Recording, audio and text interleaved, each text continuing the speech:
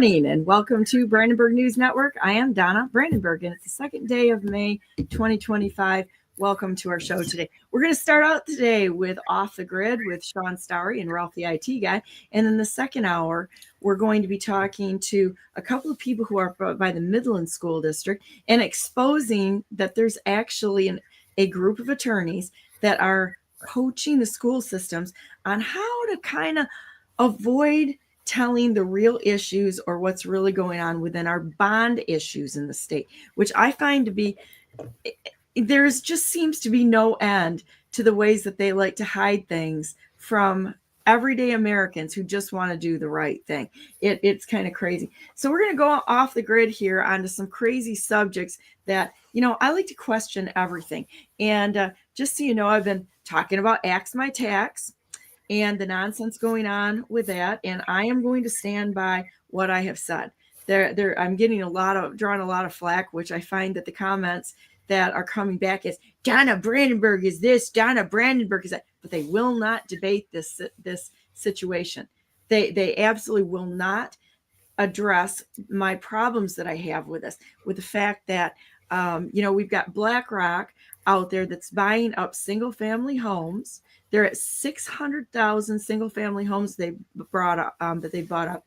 We have over, I think it's $50 billion in taxes that they're going to get outside of paying, and it's an expense they can't get out from underneath. So why are they doing such a half-cocked measure here? They also seem to target realtors to partner with in their land grabs, which is interesting. The founder of Axe My Tax is a realtor, has been a realtor since 2009. And there's a lot of questions that need to be asked here, because what they do is they sell us headlines, but then they don't really talk about the loopholes that they put in there. Now, I can tell you by experience on the ERISA Act of 72 that they did the same thing with that. And it was really about allowing the unions to pilfer their own coffers. They did it. I was involved in one of these situations with Central States Teamsters, and I can tell you exactly how this distraction works. And I'm seeing the pattern again, but they're not going to talk about it. They're just going to sit there and attack people who have questions, and they will not answer the questions. We tried for 6 months with Carla Wagner under the U.S. Taxpayers Party, which is the Constitution Party in Michigan, refused to answer the questions. The pattern is there. I can't help people who want to defend this kind of nonsense. I can't help people. You're going to have to ask the questions that need to be asked, and not let them shut them down by saying, this person's a liar or that person's a liar, with no justification whatsoever. And I'm going to continue to bring this stuff forward, because even if I'm the only one asking the questions that's out there, I'm going to keep asking questions. With that said, we're going to go off the grid with Shawn and Ralph. How you guys doing? Pretty good. Good morning. Good. What's happening in your world today, except for you're a lot less fuzzy, Shawn? What happened there? Yeah, I so my beard, I had moisture issues with it, and my hair starts falling out, and I kind of had to make a executive decision to cut it all off, and then now I'm learning a little bit more about how to take better care of my beard. So I'm regrowing it back out, but I'm using a moisturizer plan. So. Oh, there you go. Well, I just had a question in from Leb. What is the symbol on your jacket? Here, let me show you. You know what that symbol is? It's Ariat. They're three horseshoes. So that's what it is. I'm a horse girl, so I'm going to wear horse garb. And let's see. I'll see. I think I got it on this sleeve. There you go. It's an Ariat coat, and all of us horse people like wearing things with horse symbols on it, because we love our cowgirl moments in life better than any moments. So there you go. That's what it is. And where does that name come from? Ariat, the name Ariat came from a very legendary horse named Secretariat, and they took the name from Secretariat and just chopped the name in half and came up with Ariat. So most of us call it Ariat, and so it's just, I don't know, that's just common terms, common language, and maybe it's just the Michigan accent. I don't know. We butcher the accent every day, but But I love this coat. And look at on the inside. Let's see the patterns. Isn't that cool? Nice. That's cool. It's just a cool jacket. It's a little cold here. I just got in from being outside, and it's a little cool and damp and rainy in Michigan. And all of the area clothes are made for outdoor. And the great thing about it is, so you go out like this, if you're around horses, what happens is within 2 minutes, you're covered with fur, you're covered with dirt. It's just the way it is. Okay. And you're not going to get away from it. You could bathe a horse every single day, and they're going to walk right after you, look over their shoulder, fall down on the dirt, roll around, and look back at you and basically flip you off because they want to be dirty. They love having dirt in their fur. It's just like they do these dirt baths and rolls and scratches and such. It's just the way it is. So this is kind of nice because nothing really sticks to it. If you can listen to the fabric, it's great. I would encourage anyone that really wants cool outdoor clothing that is actually made for outdoors. Look at the Ariat stuff. It's great. And I don't get paid for this. I just happen to like the brand. So there you go. So let's talk about what's going on here in the world. We can talk about off the grid. It's in planting season, but you talked about the tunnels before and things. Now, are you okay with talking about that today, or should I just play the video and see what happens? Well, I tell you what, let's play the video and then I'll respond to it after. Okay, so this post comes from a friend of mine, Eric. I know Eric very well. He's a really good person. And this video is about Catherine Austin Fitts on how America's leader gave up the country in the 90s. I think I should see if I can find her and get her on. But let's listen to this. And CMEX comes up. And we've talked about CMEX, underground tunnels. We've talked about everything in there. And I'm just going to say it myself. If you haven't read the book of Enoch, I think it's probably a good idea because I think this is going to prepare you for what's going to happen. And honestly, I'm going to come back here for just a minute. Honestly, I think what's going to happen is that we're going to be proven right on so many things because we were courageous enough not to go along with the sheeple narrative and question the narrative that's out there. Apart from being ridiculed, apart from being attacked, we are still going to question this stuff and look at what's out there. Attack away, because I don't mind the attacks. I find them kind of amusing and it just gives me advertising. So it's like, whatever you want to do, fantastic. I love it. I'm not above being questioned. And I will have open discussions on Axe My Tax, which is a tax abatement promise for dummies, because there's loopholes in that. And if anybody thinks that anybody's going to do something without having some action that doesn't require your participation, including getting petition signatures to keep you busy, that's what they're doing. They're keeping you busy on this nonsense, bull crap stuff that's out there to waste your time, take your money in politics, keep your money, keep your time, unless you decide that this is something that you can get behind because someone has proven themselves, not just because they show up on the scene and they've got blah, blah, blah, blah, blah, blah, blah, blah, blah. Okay. But we're going to continue to say the unpopular things that draws these scumbags out into the light so that we can literally hand their ever-living asses to them. I'm done with it, and I'm not going to back down off of this. You're going to see the loopholes in Axe My Tax. They're giving the big corporations an excuse not to pay taxes, but there is no provision for shifting the tax in another way back onto the people. Just wait and see. It's going to happen. I'm going to be right on this one. And we're going to be right on what Shawn has said about the underground bases.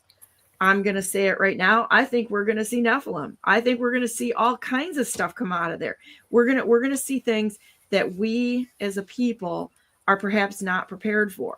Mm-hmm. So I think it's important for us. The same thing happened with COVID and the clot shot. Some of us were out there saying, don't do it. You're going down the wrong path. We questioned one of President Trump's executive orders the other day. Don't do it. You're going to have to start thinking and not follow people based on idolatry. This is idolatry when you follow somebody without questioning, and I'm not going to stop talking about it. And it'll come out in the wash. It always does. So let's listen to this here a minute. Just like just a random blue collar guy. I think he was a concrete guy, and he got a call for 1 million yards of concrete or whatever, and went to this underground facility, DOD facility, and saw clearly signs of some energy source that was, defied the laws of known physics. So, and there are a bunch of people who have said stuff like that. So I don't think it's crazy. So I have two businesses. One is the Solari Report. The other is Solari Screens. I do an investment screen. And I think, a lot has to shift in investment if we're going to have a real civilization and not misallocate. I think we're misallocating capital terribly anyway, but he for 30 years has been an investor in a breakthrough energy company. Someone has been. Yeah. And it's called Brilliant Light. You can go look at their website, and they're really, they swear they've got it. And what is it? Don't ask me. Yeah. You got to get him on. And so, you think this money has... Yeah. So there you go. The 0 point energy or the unlimited energy sources. I'm going to tell you, we don't know anything. They have erased history. They have manipulated things. 17 ways to Taiwan. Okay. So you actually have some experience with this, don't you, Shawn? And you have experience in the tunnels. Mm-hmm. You have experience with, I'm not going to push you. You have to talk about what you're allowed to talk about and what is not going to, create a problem. I completely believe that we've got all sorts of things underground. Maglev trains. I've talked to too many people who have been way underground, and I'm not talking just like a basement. I'm talking about floors and areas underground that are I don't know, a couple thousand feet underground, minimally, probably more. I think the most I've heard was 6,000 feet, which makes us have to question the core. It has to make us question the structure of the earth that they told us what we're looking at. I don't believe any of their nonsense anymore.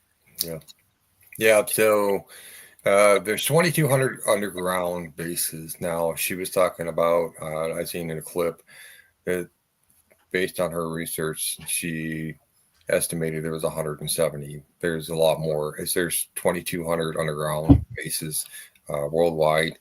There's 16 or 1,700 in the U.S. Now, coming to put this in perspective for you, another base that I worked at, it's not too far from Chicago, but it is about 5 times bigger than the city of Chicago. It extends underneath the city of Chicago. Now, I'm going to put this in perspective for you. I'm going to share a little bit of truth behind all this to prove this. Now, you guys remember the Manhattan Project, right? Mm-hmm. They said it was constructed underneath the Soldier Stadium. So that is actually part of the underground dumps. That gives you this magnitude and the scope of how big it is, as far as being as wide, but it goes down about 2,200 feet. There's 22 levels. So they have enough barrier between each level to prevent any type of intrusion or outbreaks or control any kind of situation down there. So when we do like security patrols, we have biometric sensors that are placed all over the entire place. And we actually have one office that has all of the, what do you want to call it, the monitor screens for all of the cameras. And all of the biosensors are also on there as well. So if something pops up as red, that gives us an indication of what the situation is. And we have protocols in place to, prevent anything from spilling out from one level to the next level. So, and what's funny is Hollywood actually came out with a movie. My wife, she was a big fan of this movie, but when it first came out, I kind of just sort of like my heart stopped because it's so much in the context as the underground city.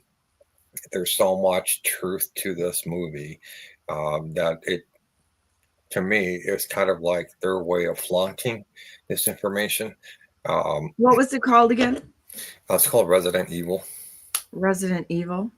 Yeah. So in the Resident Evil movie, it talks about this underground city. There's this lady who's supposed to be like an agent. Their job was security, so they're supposed to prevent any kind of intrusion or theft or anything like this from an employee.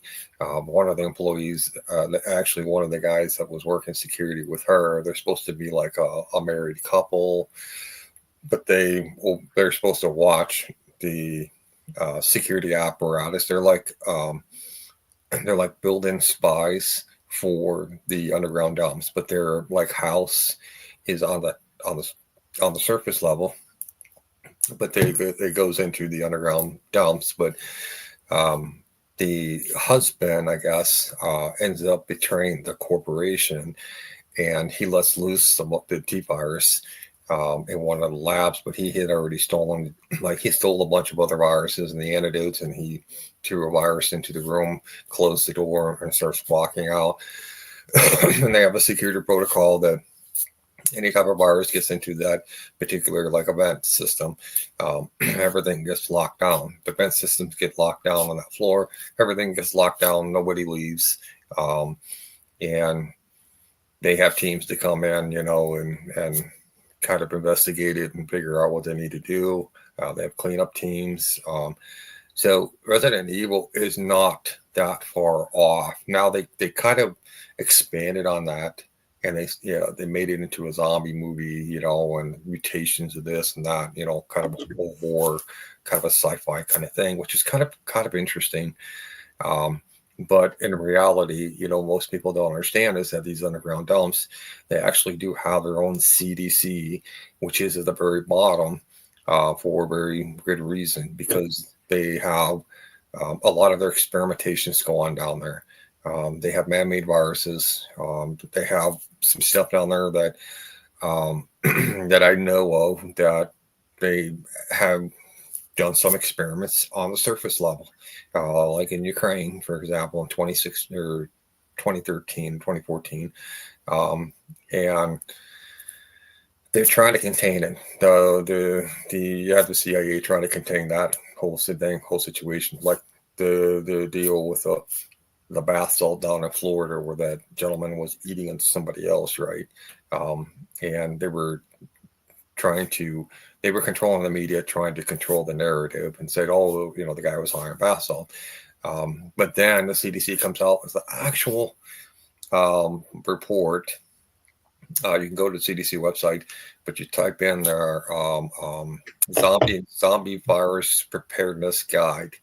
Okay, and when you download the PDF, it's just they did it in a format like a comic book to kind of let you know that if something like this happens, what to kind of expect and stuff. So they have things down there that, in my opinion, it should never exist to begin with. They do a lot of illegal experimentations, and it's really interesting because the dome itself is so big, it's so vast. They have enough food for the entire United States. Just the 2,200 dumps, they have enough food in all of those to feed everybody in America for the next 532 years. Wow. Okay, so the amount of money that's actually being poured into these dumps, the vast majority of this taxpayers' dollars. Like what we saw with the USAID, where they were just, pumping and funneling money out to, all these different countries for whatever bullshit programs and things like this. Is this it, Shawn? Yes, I believe, yes, it is. Yeah, this is where this is actually CDC. Yep, that's the one. Wow. Yeah, and it's there, and you can download it.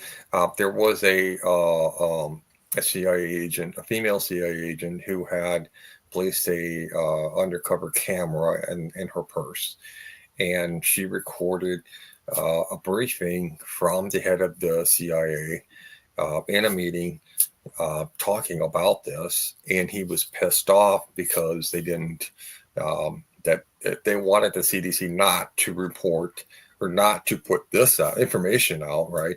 Because this is the federal government's saying, yes, we acknowledge that there is a zombie virus. Okay, we acknowledge that it does exist. All right, that's to the extent it goes. But of course, they're not going to tell you that where this is actually being made, what experimentations they've done. I mean, we hear about a lot of these politicians talking about, the other politician, the guy from India, who is not a naturalized citizen, but he's a citizen of the United States, and he's, I think, a U.S. senator. And there was a big story about how he had been conducting research on animals, and he had abandoned those animals, kind of left them to die. Is that guy in Michigan that's been in the news? Yeah. Oh, what a joke. $800,000, Yeah. that he's looking for, which was a loss in a campaign or something like that. Hold my beer. Yeah. It's like, I'm not feeling too sorry for him. What a, I mean, that's just the tip of the iceberg. If people understood their tax dollars was being used to create something like this, and there's a town called Priap, which is in northern Ukraine, and that entire town was wiped out because they were what they did was they exposed them to the zombie virus, and the way they did it was they shipped in a big, I guess, get the big truck full of potatoes, but they infected the potatoes with the zombie virus. And when the people got it, of course, they take it and start cooking it, start eating it. They do what? What did you just say? They were taking the potatoes, and the families were getting the potatoes, they were cooking them and eating them, and then within 48 hours, they were just completely dead. I mean, they were all dead, but the problem is that their bodies were reanimated. They were still walking around but the thing is that they're not conscious like we are. And so Vladimir Putin had found out about this incident in Priap because he was really concerned. And there was whispers of rumors of a biological attack, and so he sent in a team of Spetsnaz officers. They blew in with a helicopter. They dropped down 2 men. One man was, you can kind of see he's like walking up to the building, looking down like a main street, and all of a sudden he tells his other guy start running, and he starts shooting his AK at all these people that are running towards him, and zero effect. Okay, absolutely no effect whatsoever. And then the camera on the gunship turns over. This is all in night vision because this is happening at nighttime, and so it's all pitch black. And so the second Spetsnaz officer is running, and he ends up running into a building, hoping that they won't see him, they won't find him, at least enough until he could get some figure out a way out of there safely. But within seconds, the whole building was surrounded by those zombified people. They ran in and they literally tore him apart within 5 seconds. They tore him. And this was a video. Where did you see this? So a confidential source of mine, this was back in 2015, 2016.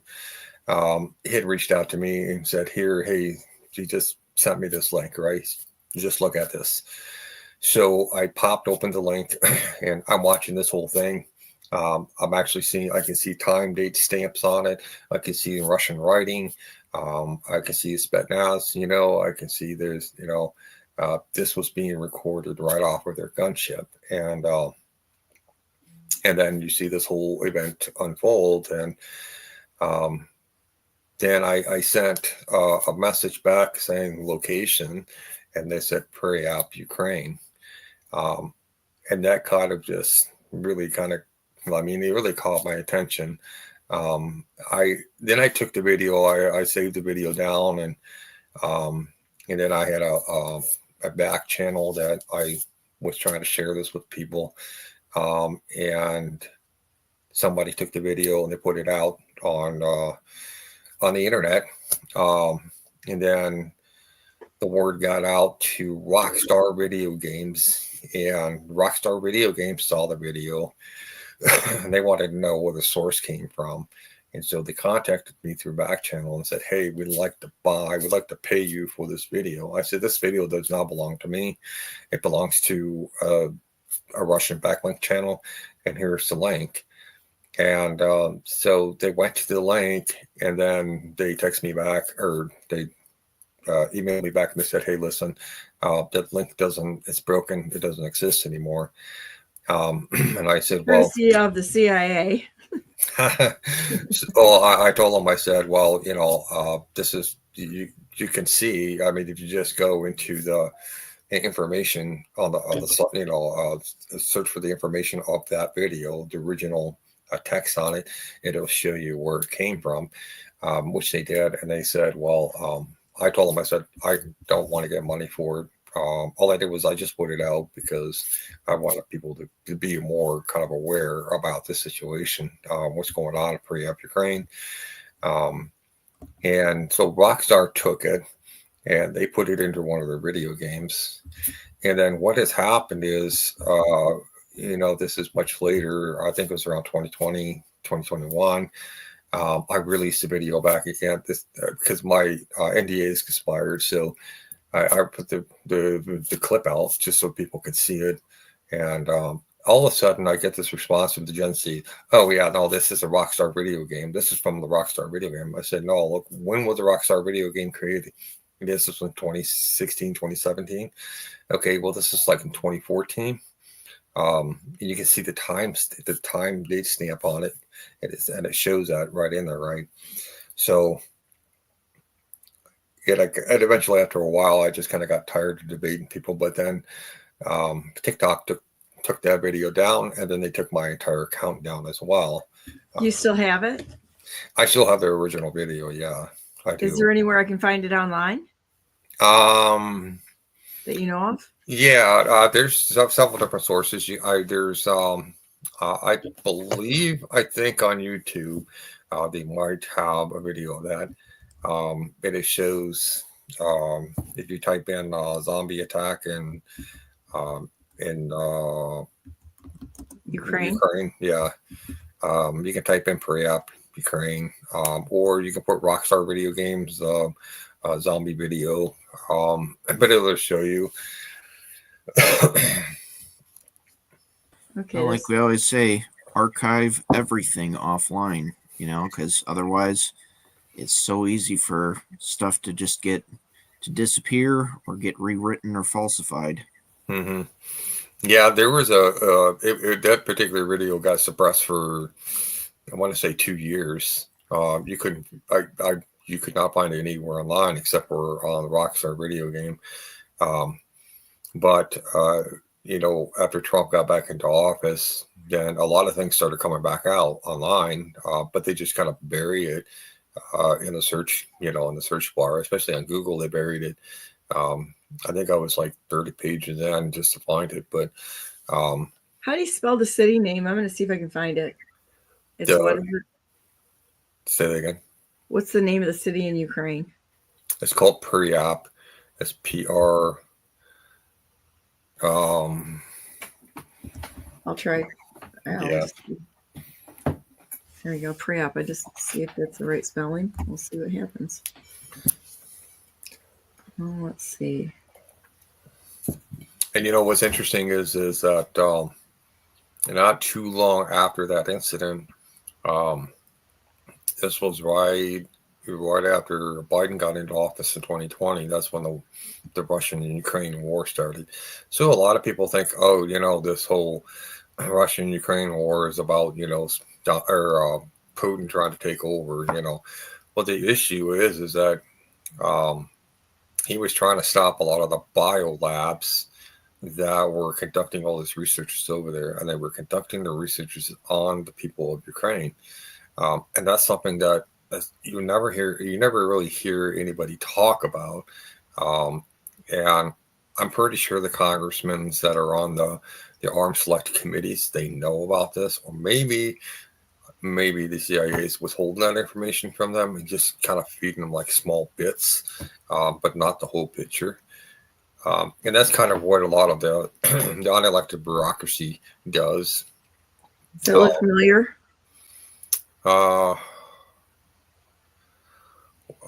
That one, I want to find the real one. So we'll look for that, because now you got my curiosity.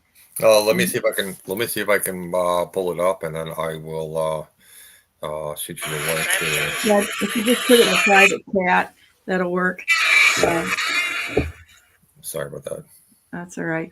Yeah. Well, I just think that there are so many different there's so many different things that are going on. Oh, in the chat, Donna, are you running for governor from Charlotte?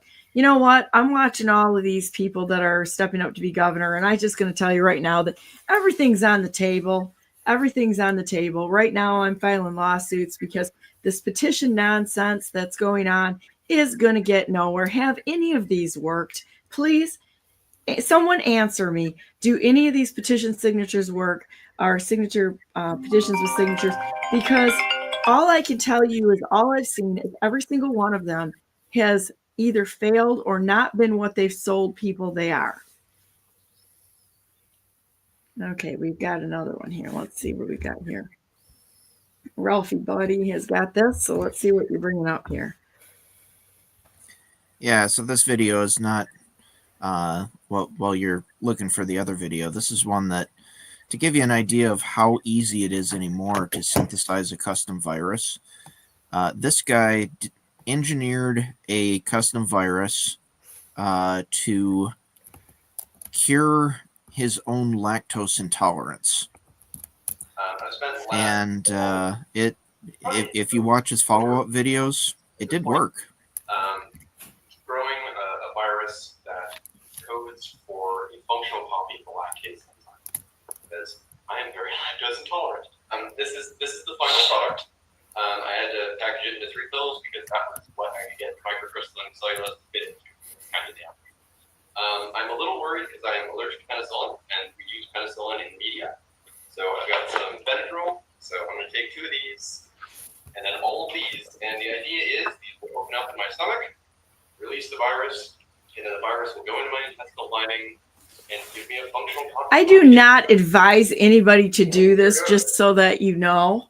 Well, bottoms up. Yeah, but if you watch through the video, he goes through the whole process of engineering the viral sequence and then sending it off to a lab to be synthesized and then using it on himself. And he's done follow-up videos on that it did work. So, probably not. It's a little on the risky side to try and do this kind of thing. But on the other hand, it really shows the low barrier to entry to get into doing that sort of thing anymore. Okay, here you go. Here's Shawn's video. Let me see if I can get this in here. It's on TikTok, which I actually like TikTok a lot. I think that's Shawn's on there. I'm on there. Yep. And so, is there any sound with this or not? Is there anyone? No. Sound. Oh, here it is.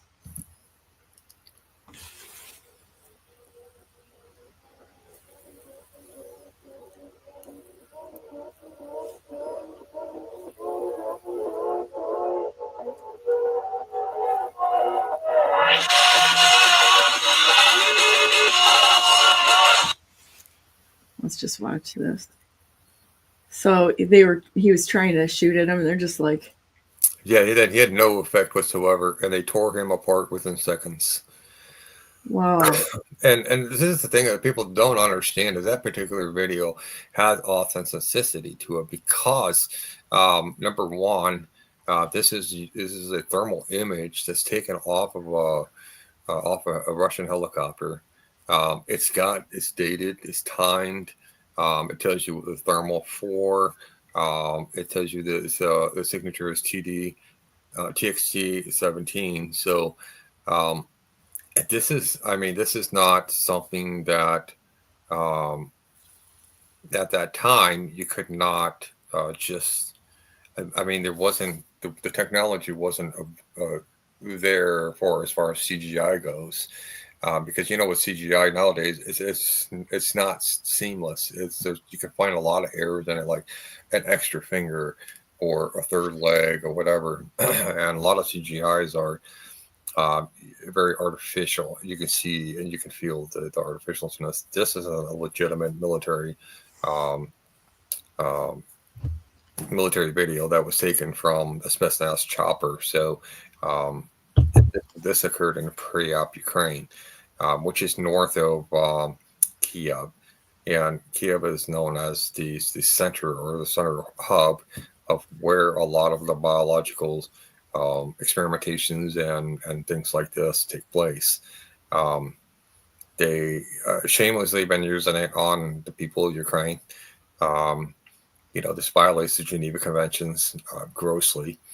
But I will tell you that the vast majority of the members of the United Nations all funded this, and they all signed off and participated in a lot of this. So again, we go back to, you know, the government, once the government gets so big and so fat, they really don't serve the people anymore, and they will violate and break every rule that's on the books that was written by their president's predecessors, because they feel like they're untouchable. And that's why, you know, the CIA was freaking out about CDC putting out that zombie preparedness guide. I mean, it's right there. And then of course there's a video of the CIA agent who had secretly recorded the conversation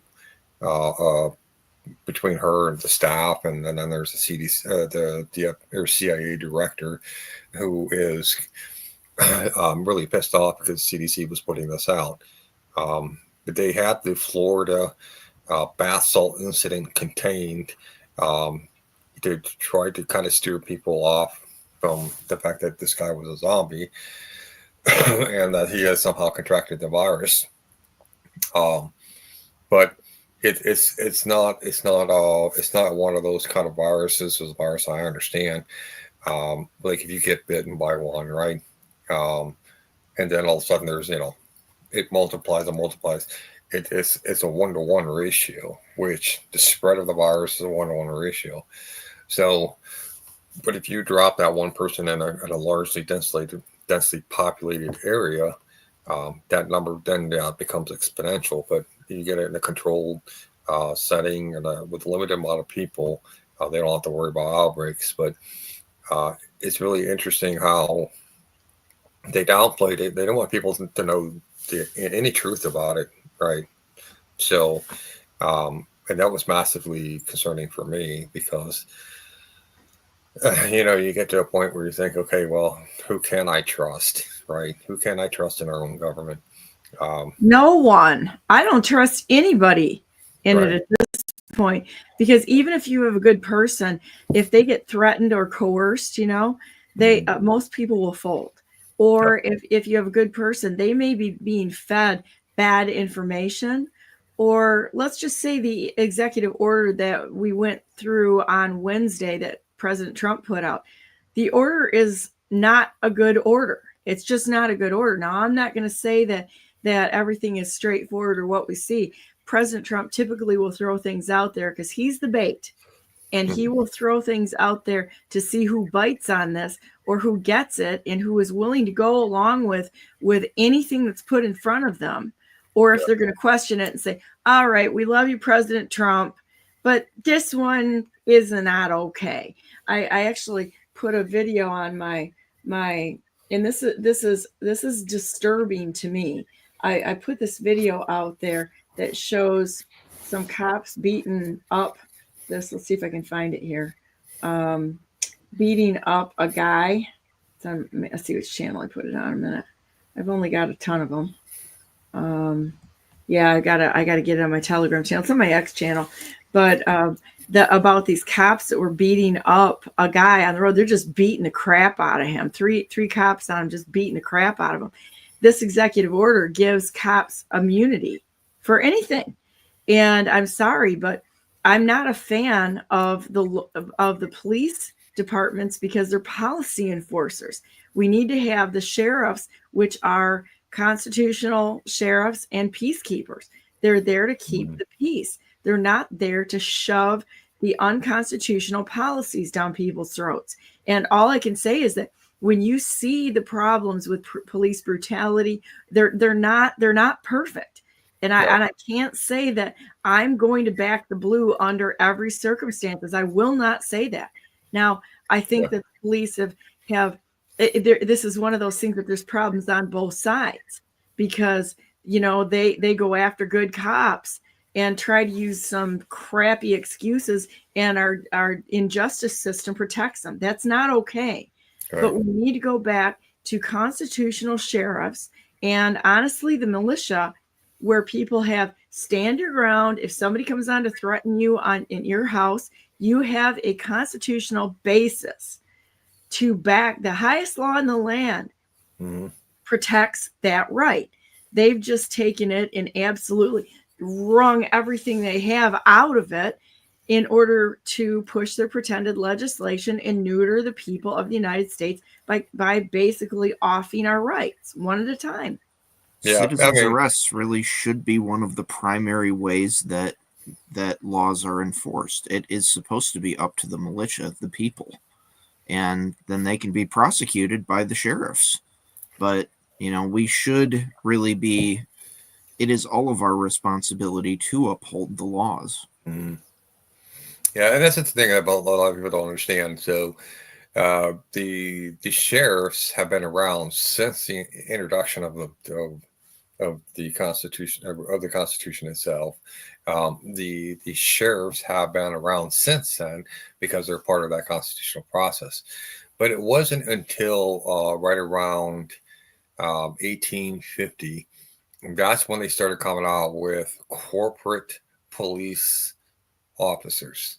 So police officers is just a coined term that they use when the politicians back during that day in 1850, they said, well, we've got to quell whatever kind of rebellions that are going on in you know, New York City or anywhere in the country, right?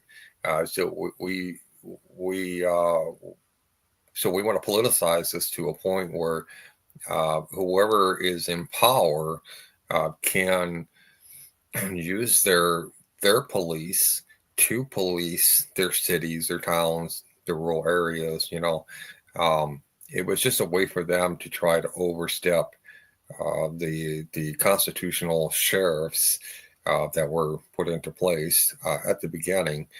And we saw this, you know, throughout all the decades. They had police reforms after police reforms after police reforms. And a lot of the police officers that I've worked with, you know, they would give me the rundown on what their police academy teaches them, right? And prior to 1993, they were focused on a lot of it as a de-escalation, right? They knew they taught them how to poke around, ask questions, just, you know, to try to find out if something is going on, right? But the thing is, they're taught how to de-escalate themselves, which they had, you know, learning about how to put that person has to have.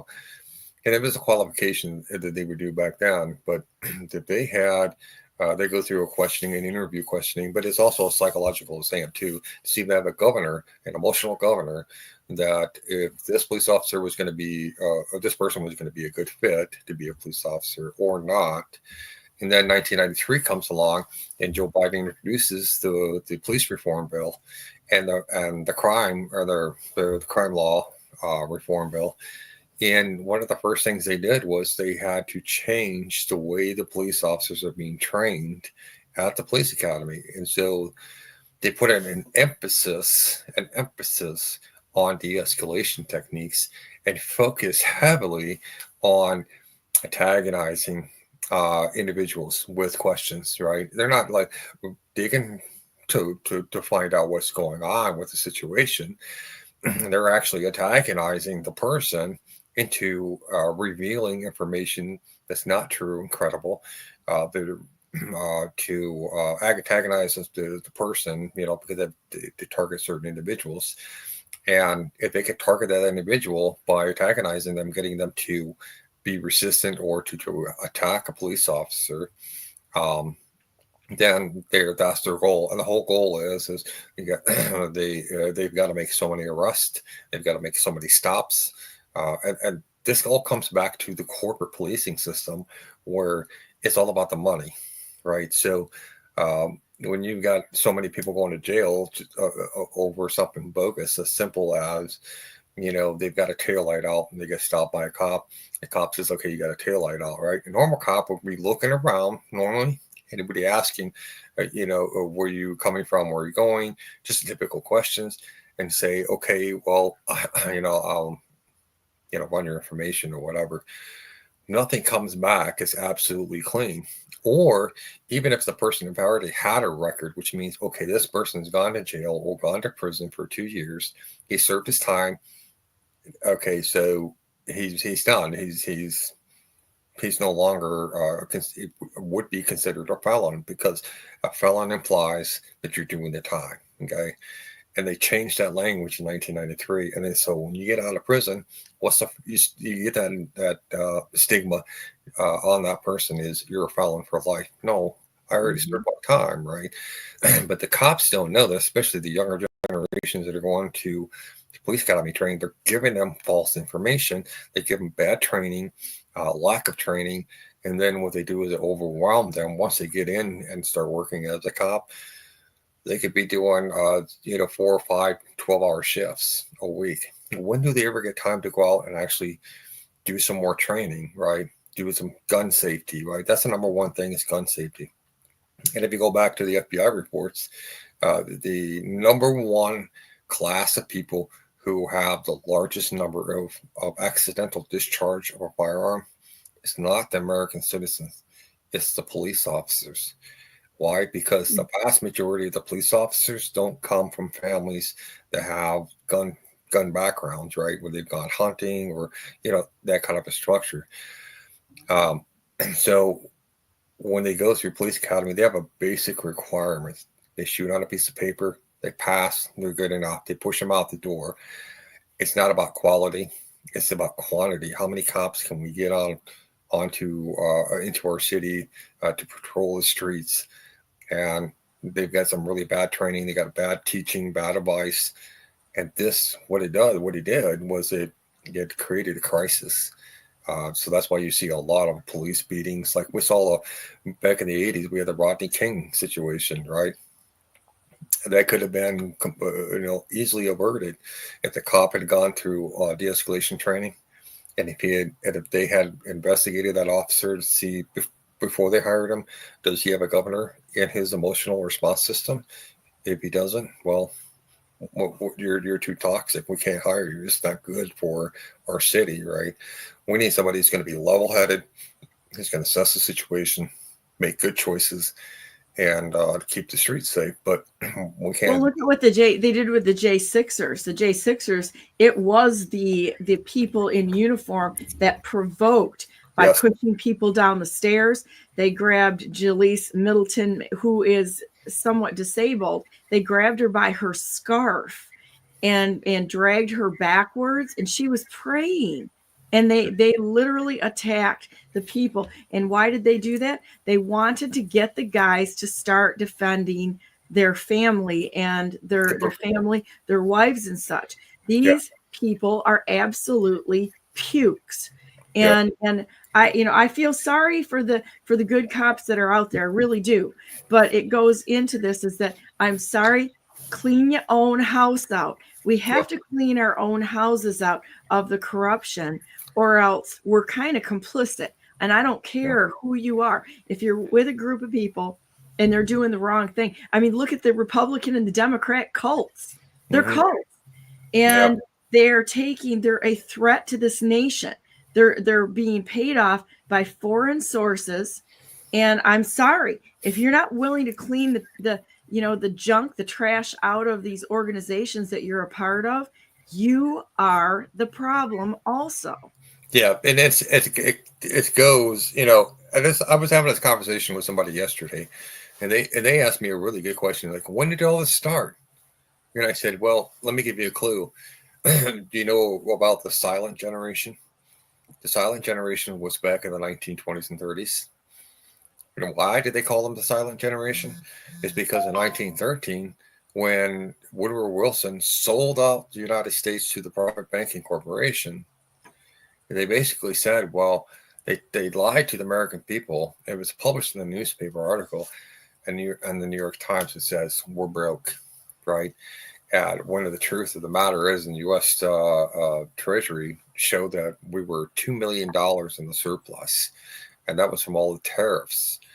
But they lied to the American people, and they said, we're broke, so we need the private banks to bail us out. Well, what they did was they opened up this floodgate to allow the private banks to basically be its own government entity. They can act as will. They created the Federal Reserve. They help monopolize the executive branch, which we see all these three-letter agencies, right? We see the CIA, FBI, NSA, and so on. But it really started taking off right after 9/11 in 2001 when they passed the Patriot Act. This emboldened them, and with the Chevron difference that came out in 1984, well, they could write policy, they could write rules, they could basically govern everything about how we live our lives. But more importantly, what people don't understand is this: number one, taxes are voluntary. There's no law structure that ever says. You can go back to the original writings on the Constitution and the Bill of Rights. It says that taxes are illegal. When we go to the Federalist Papers, and they said that taxes can be appropriated only in emergency short-term measures for the national defense if needed. Okay, but when they started coming out with doing income taxes, and that was the first step, and they said, you know, this is voluntary. I think there was like 32 people volunteered to pay into the federal to pay federal taxes out of their paychecks, right? And then came the creation of the IRS, Internal Revenue Service. And one of the big things is that they started to use the Chevron difference, and they started writing more and more policies. And they started using a lot of threats that we're going to confiscate your stuff. We're going to liquidate your house, your car.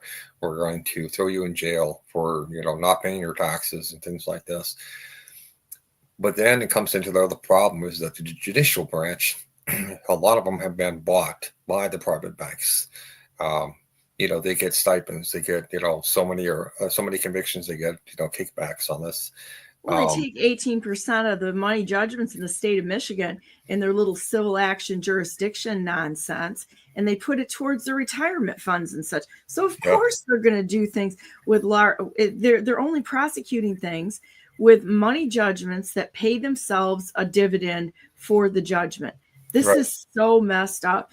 And that's why they call them the silent generation, because they fell asleep with the wheel. They didn't question. You know, they say, "Oh, is this in the Constitution? Is it a constitutional law?" No, it's not. I'm sorry, but you guys can't do this. But what's interesting is that in the 1930, I think this was in 1930, the Fed decided they were going to raise interest rates. And a bunch of stockbrokers got together and they said, we can't let this happen. Absolutely not. The Fed cannot sit there. Private banks cannot continuously raise the interest rates because it's going to collapse our country again. We're already going through a Great Depression, and now they want to raise interest rates. So they took it upon themselves, and you can find there's articles out there on the internet, but they took it upon themselves. They went home, got their guns, got their ammunition, and they went into the Fed building, and they literally held the Fed hostage until they lowered those interest rates. And they told them, if you raise the interest rates again, we're going to come back and we're going to shoot you dead. Because number one, you're not supposed to exist, and you're not supposed to be raising interest rates. We're supposed to be based on the tariff system, based on the federal, or on not using Federal Reserve, we're supposed to be, using the U.S. Treasury, right? But the thing is that people don't understand is what the private banks did was, very first thing they have to do is they have to change the language structure. When you went into the bank in 1912, you were called a creditor. The bank was called a debtor because you deposit your money into their bank. They're in debt to you. You Now, bet they are. how did they make their money? So when they collected enough money into savings accounts, they would appropriate that money by giving out loans. And with those loans, they had a percentage. Usually it was like around 2 or 3%. And the bank would make the money on the 2 or 3%. And that's how the bankers got paid their wages, right? It was very low wages. It was a shitty job. Nobody wanted to be a banker, really. It was kind of usually reserved for people who were, like number geeks. So, but you go back and you watch, I'm trying to think of the name of that movie. No. Well, they always tell us what they're doing in the movies and songs too, actually. You remember the one with, I think his name was Cary Grant, or it's an old movie back in the 30s, where he's a banker and then a bunch of the money went missing because the other banker guy stole that envelope with the cash. And then he was thinking about throwing himself off the bridge, and this angel comes and saves him and shows him a whole different life without him in the picture. And then he goes to this crazy, like, he's in Twilight Zone kind of a deal. But, isn't that It's a Wonderful Life? Yes, thank you. And it's Jimmy. Is that Jimmy Stewart? Jimmy Stewart, yeah. Jimmy Stewart. James Stewart, yeah. And when you said the angel on the bridge, I got the reference. Mm-hmm. So in that movie, it actually it does tell you the truth about how the banking system was, okay, and how it should be. But what they had to do in order to change the entire structure is to change the language. The first thing they have to do is tell you that you are in debt, you're a debtor, and the banks, the private banks, are the assets, okay? So they're the creditors. So even if you go to the bank, you put money into a savings account, they're still called the creditors. You're not called the creditor. You're called the debtors. That's why they built this debt system where, the private banks don't actually use cash, okay? Real money. They don't even use real money. They use a system called the debt system.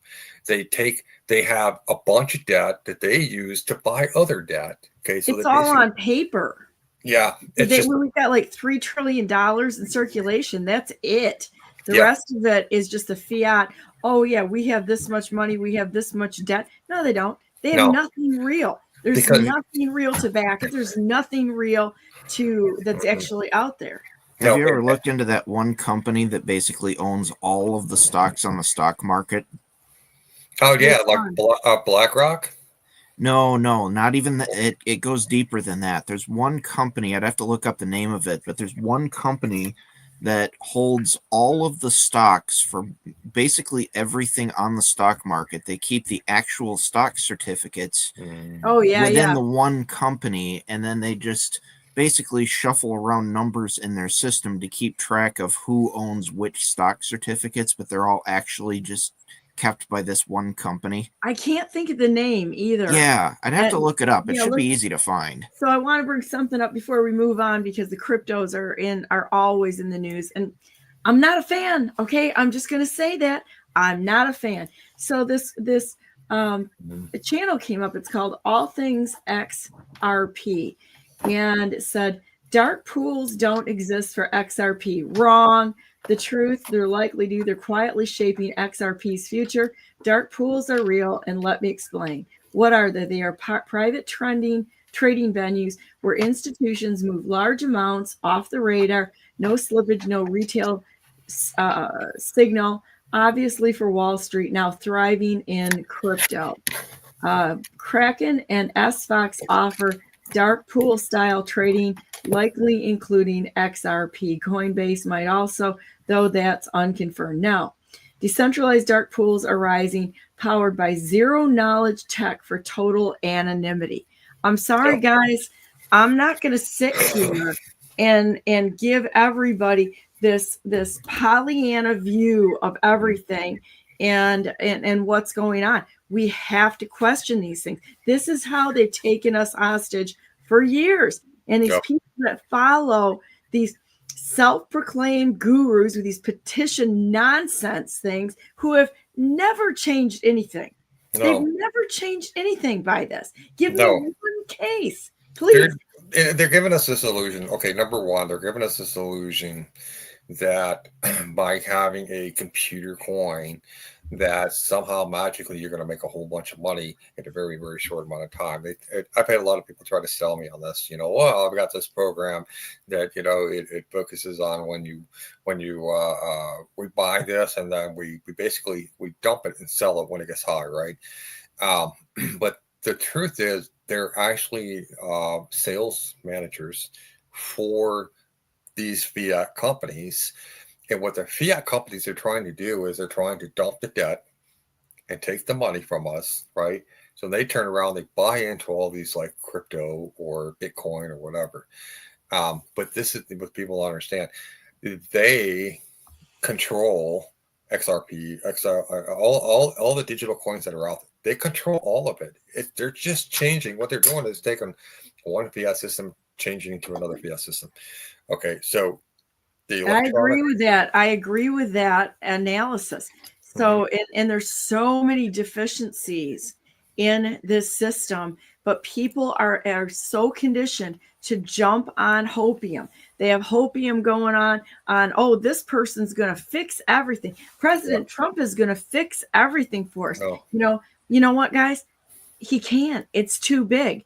Even if he removed, if they were able to remove everyone, who's going to step up to do the work? We've got cookie eaters and coffee drinkers that go to these political events that don't do anything. All they do is they sit around and talk and they bitch, and then they eat the free cookies and coffee and they go home. But are they willing to put their life in harm's way? I'm going to tell you, I've seen almost none. Almost none. It's all the naysayers, the bitchers, and the complainers. That is it. And they do nothing. And they're really not all that smart. They're not finding ways. They're not taking the time to find the ways that are measurable to fight the issues. If they're not out there fighting this as lawfare, which is how they've been attacking President Trump, all you got to do is look at how do they attack people. Well, they complain and they sob and they have no argument that actually addresses the problem. They're a liar. They're a this, that, well, what? How you gonna? That's not an argument. Yeah. That's not an argument at all. And they don't do anything except for spread their propaganda in reverse. That's it.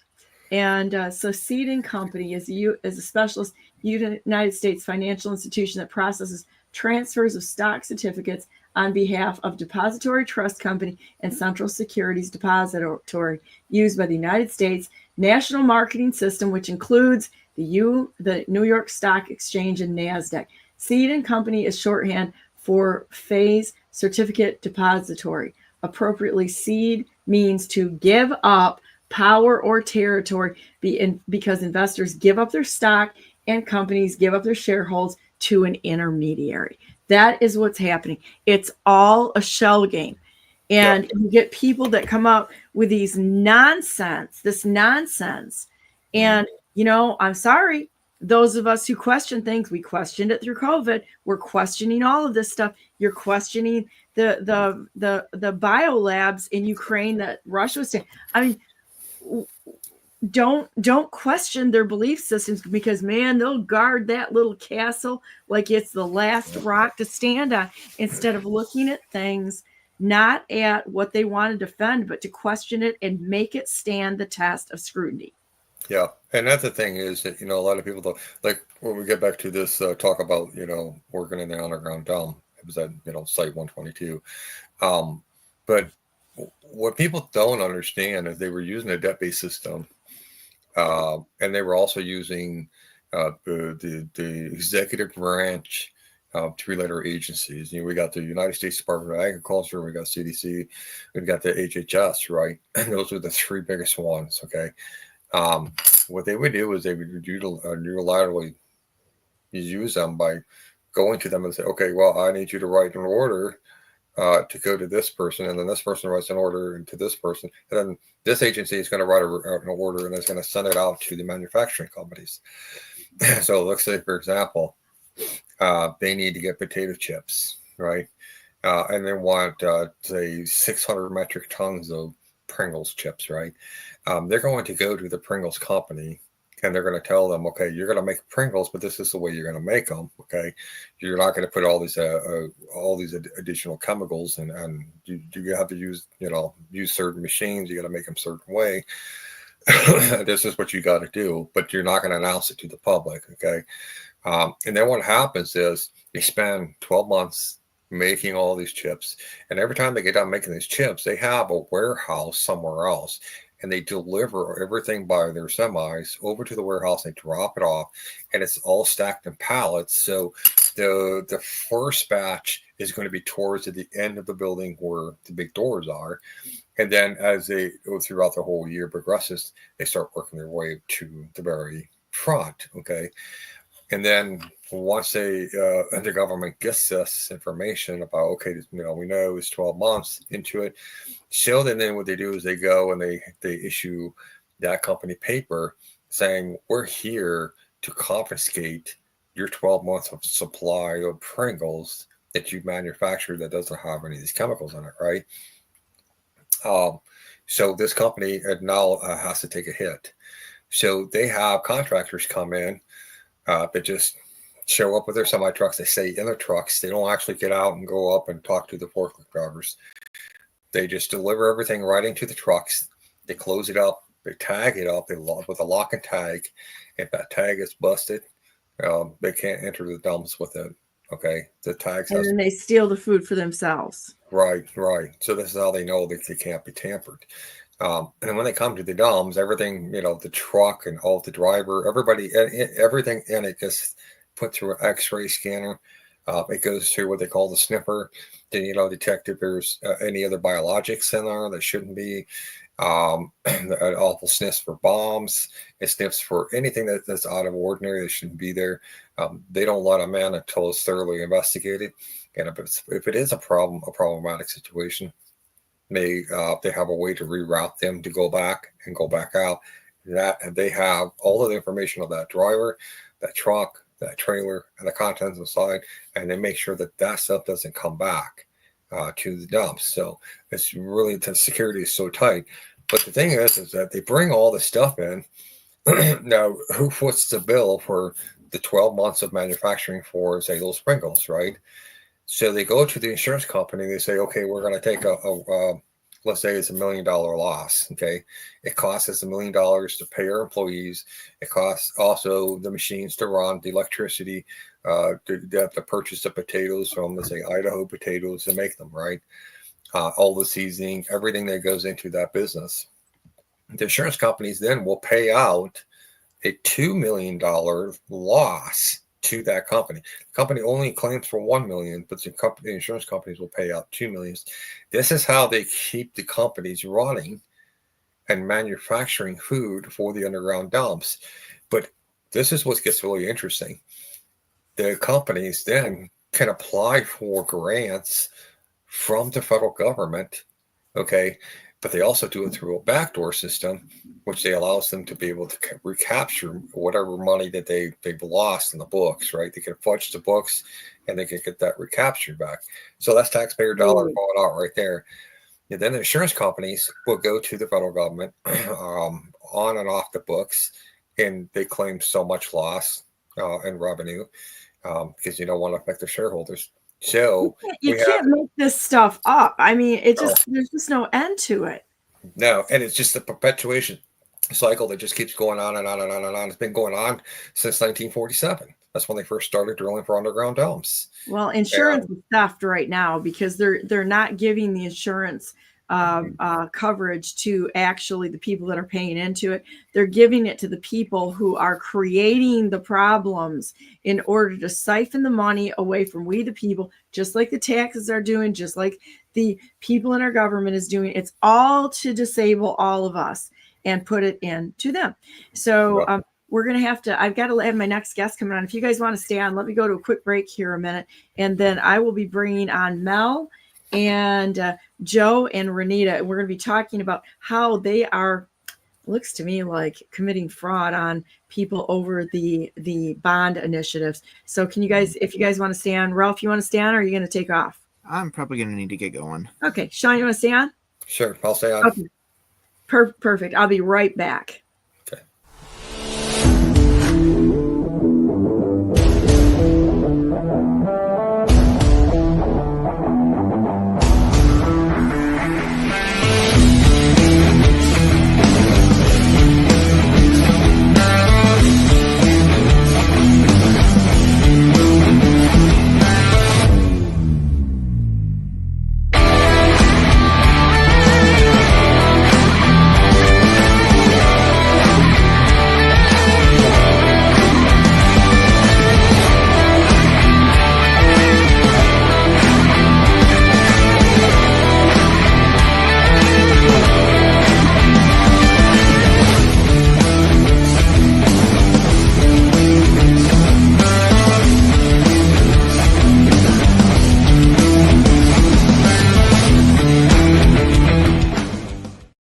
Good morning. Welcome to Brandenburg News Network. This is Donna Brandenburg. It's the second hour of May 2, 2025, and welcome to our show. I'm going to go right now to a group that's been real patient on coming on this morning, to a group that's fighting some issues in Midland.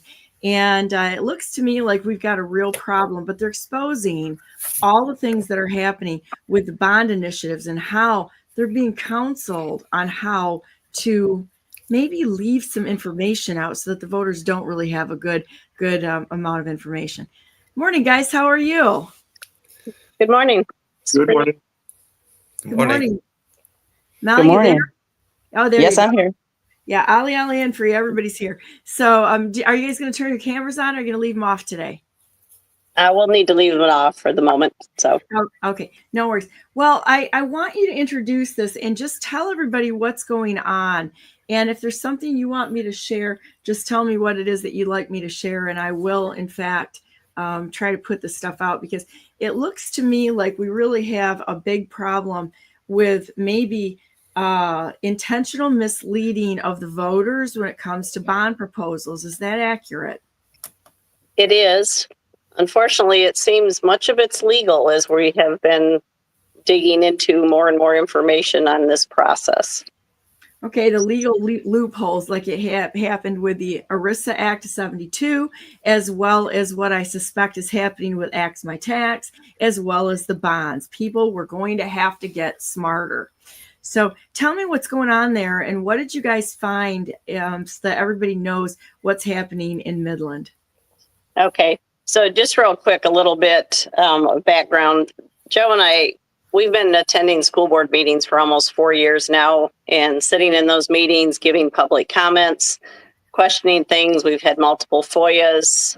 We FOIA their agenda packets, which is the information the board gets to make decisions at each meeting, because we got tired of just hearing yes votes, but never knew what they were actually making those decisions based on, which I currently have a lawsuit against the district because of the fees they were charging to get access to that public data. So when this bond proposal came out, we noticed that they were taking information that we were hearing in the school board meetings, but it was being presented in a slightly different manner. And so we started to dig in and question things. And that's why we formed a committee called the Committee for Midland Students and Taxpayers to oppose the ballot initiative. And that's kind of when the resistance started. It is a $285 million bond, which over the course of the 33 years of repayment will end up being almost $500 million on the community, which is a sizable chunk of money. And you have a little graphic there that has the iceberg in it that kind of talks to the fact that we see above the water what it's costing, but there's so many other expenses and issues tied up in it that the people in the public don't understand completely. And we have actually even gotten the 3881 form that was filed with the state of Michigan Treasury Department for the bond proposal. And we did go back in FOIA and get the 2015 bond proposal because that was also passed 10 years ago, and the community is still paying on that bond. Wow. And do they have, I'm looking for all the stuff you sent me. You sent me quite a bit of stuff here. I'm going to see if I can pull some of this up. So this is really shocking. So can you tell the attorney firm or the law firm that has been kind of, let's just say, coaching them?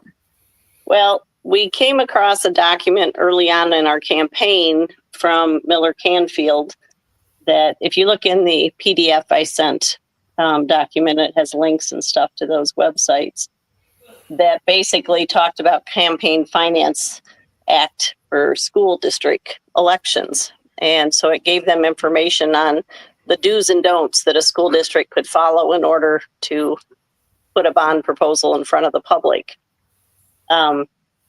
So that's when we started questioning things, because it looked like some of the stuff was kind of skirting those issues. And so I sent an email to that firm thinking, you know, they might be able to answer some questions. Instead, a week or so later, it was brought to my attention that the Michigan Association of School Boards had posted a statement on their website. And basically it was going to the how to back, it's called Backing Your Bond Initiative Without Violating Campaign Finance Laws. So yeah, that was one of the things that concerned us. So this legal firm was basically providing cover fire, and the first batch wasn't good enough, so they refined it so that it was very clear that they did not need to provide any information that was counter to their argument. They just needed to provide the stuff that was positive to their argument. So it's a sell job is what it is. It's a sell job on the population rather than actually informing them and letting them make the choice. Correct. It was the unsuspecting public was only to believe what the school district said. And we have board meetings and other video clips and documents to show that they are constantly telling the public, don't believe anything that you see on social media. Don't believe anybody else. Only trust our data on our website. That's where the truth resides. Oh, that sounds familiar. Yep. So we weren't willing to believe that. So we've done an enormous amount of research and collected our own documents and information and dug into things. And that's where we discovered, if you see some of the graphics with the survey demographic breakdown. I'm trying to get them to download right now. I'm having a little bit of a trouble with it. So Okay. Forgive me here. We can do the best we can, but hang on for just a minute and I'll try to pull this up here in a minute for us. But if you keep talking, I will continue I'll add to what Renita's saying there. Okay. It seems like they tell us they've been telling the public to go to the source probably since their campaign kicked off, but their documentation wasn't even all up there. They're adding it like as Renita's asking, as Joe's been asking, as our committee's been asking, then it's suddenly populated over there on their website. But it wasn't there from the start. Wow. So what you're doing is they're not coming clean until they're asked about it, I guess. Right. That happens so often. It's really, really sad. I mean, you would really wish that you had, I don't know how to say it, people that would just do the right thing without basically having to, just, I don't know. But it does come back to the fact that we have to hold them accountable. They're just not going to do it out of the goodness of their heart, because quite honestly, what I see is a lot of people that get into these situations. It's like the bottom of the barrel. I mean, they can't do anything themselves. So they try to get themselves into these positions because they really have no ability to do anything else. Well, and that's kind of, Joe and I have been giving public comments for almost 4 years now at the school board meetings, dozens of times each. And the bottom line is we just want them to be transparent and open and honest with the community, because we elected them, but we did have a board member at one of our election cycles 2 years ago tell a group of people during a discussion for candidates that said, once you elect us, your job is done. And that is how he perceives his role on the school board. And he happens to be a lawyer. So that's not helping his argument with me. I'm just going to tell you that right now, because the bar has done so much damage, just absolutely so much damage with, because it's not a license to practice law. It's a private membership association. Hate to be the bearer of bad news here, but I hope people understand the fact that the damage that the bar has done to the state of Michigan is shocking. Yes. And we have 3 current lawyers and a previous one that are on our school board. So that is one of the issues. So that's crazy. Hang on, I'm trying to figure out where I put this now, because here we go. I'm trying to get to your documents because I had to save them all. Which one would you like me to put up first? Okay, so the ones that have the ABC with some writing next to it. Gonna have ABB plus. ABB plus. Don't have that. Let me try. Let me start here, and we'll see what I can do. Okay. All right. And, but yeah, so what we found, like Mel was talking to, the documents that are on their website. We had a presentation that we watched on the 3 options for this bond potential back in October. And after the meeting, we went out to look at the slideshow online that they had posted. That's the one of the do's and don'ts for the lawyers firm that we were using to try to determine if they were following the do's and don'ts properly. Okay. That I sent the question in about. But in the one that has the other information, what we found is they actually clipped the bottom off one of the slides that had some data that didn't support their narrative. I'm going to assume it's this one right here. Let's see. It's got a little red call out on the side. And yeah, I got it. Here we go. Okay. We're getting there. This is what I like about yes, Shawn. Shawn's writing in the private chat. So here we go. So there you go. Okay. No, that's the one that's a different one. There's one that should have like a big ABB plus. And circles in the middle of the slide. What's that? Well, let's see if I can try it again. Hang on here. A big yellow B in the middle of the slide. Big yellow B. I've got a couple of, there's a campaign finance, single pages, and there's one that says interviews. I'm not seeing that. Okay. Was that your last email or was it in a previous one? It was in the last one, potentially. But you know what? If you can put it in the private chat, do you see how to do that? I can try. All right. And then if while she's doing that, the key was there was a unfortunate piece of data at the bottom of the slide that the consultants provided when it was published by the school board. They clipped off that unfortunate stuff at the bottom. And we called them out on it. Actually, Mel did, and we all did, saying, where did this data go? And they reposted it with the incriminating information at the bottom, which basically said 25% of the people who were in the survey didn't like any of the proposals. So they put the full slide up there later on, and it was able to be seen. But yes, but we now see that they have since taken down the full slide and replaced it with the clip slide again on their website for the proposal. So that bottom little section that showed that how many couldn't support either of any of the options presented to the public, they conveniently cut that little bottom section off, just the bottom line, one line there, they clipped out.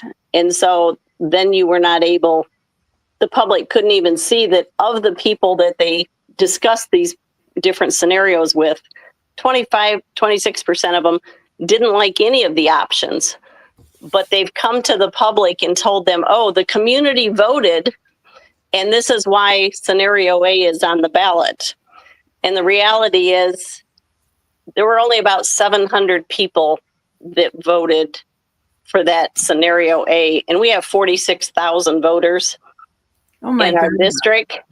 I mean, there's 7,400 students, and so the school district uses a general term like the community voted for this, and they just assume it's a really big group and they just got missed. And the reality is it's less than 1,000 people. They only had about 1,600 that even gave any input on this whole thing.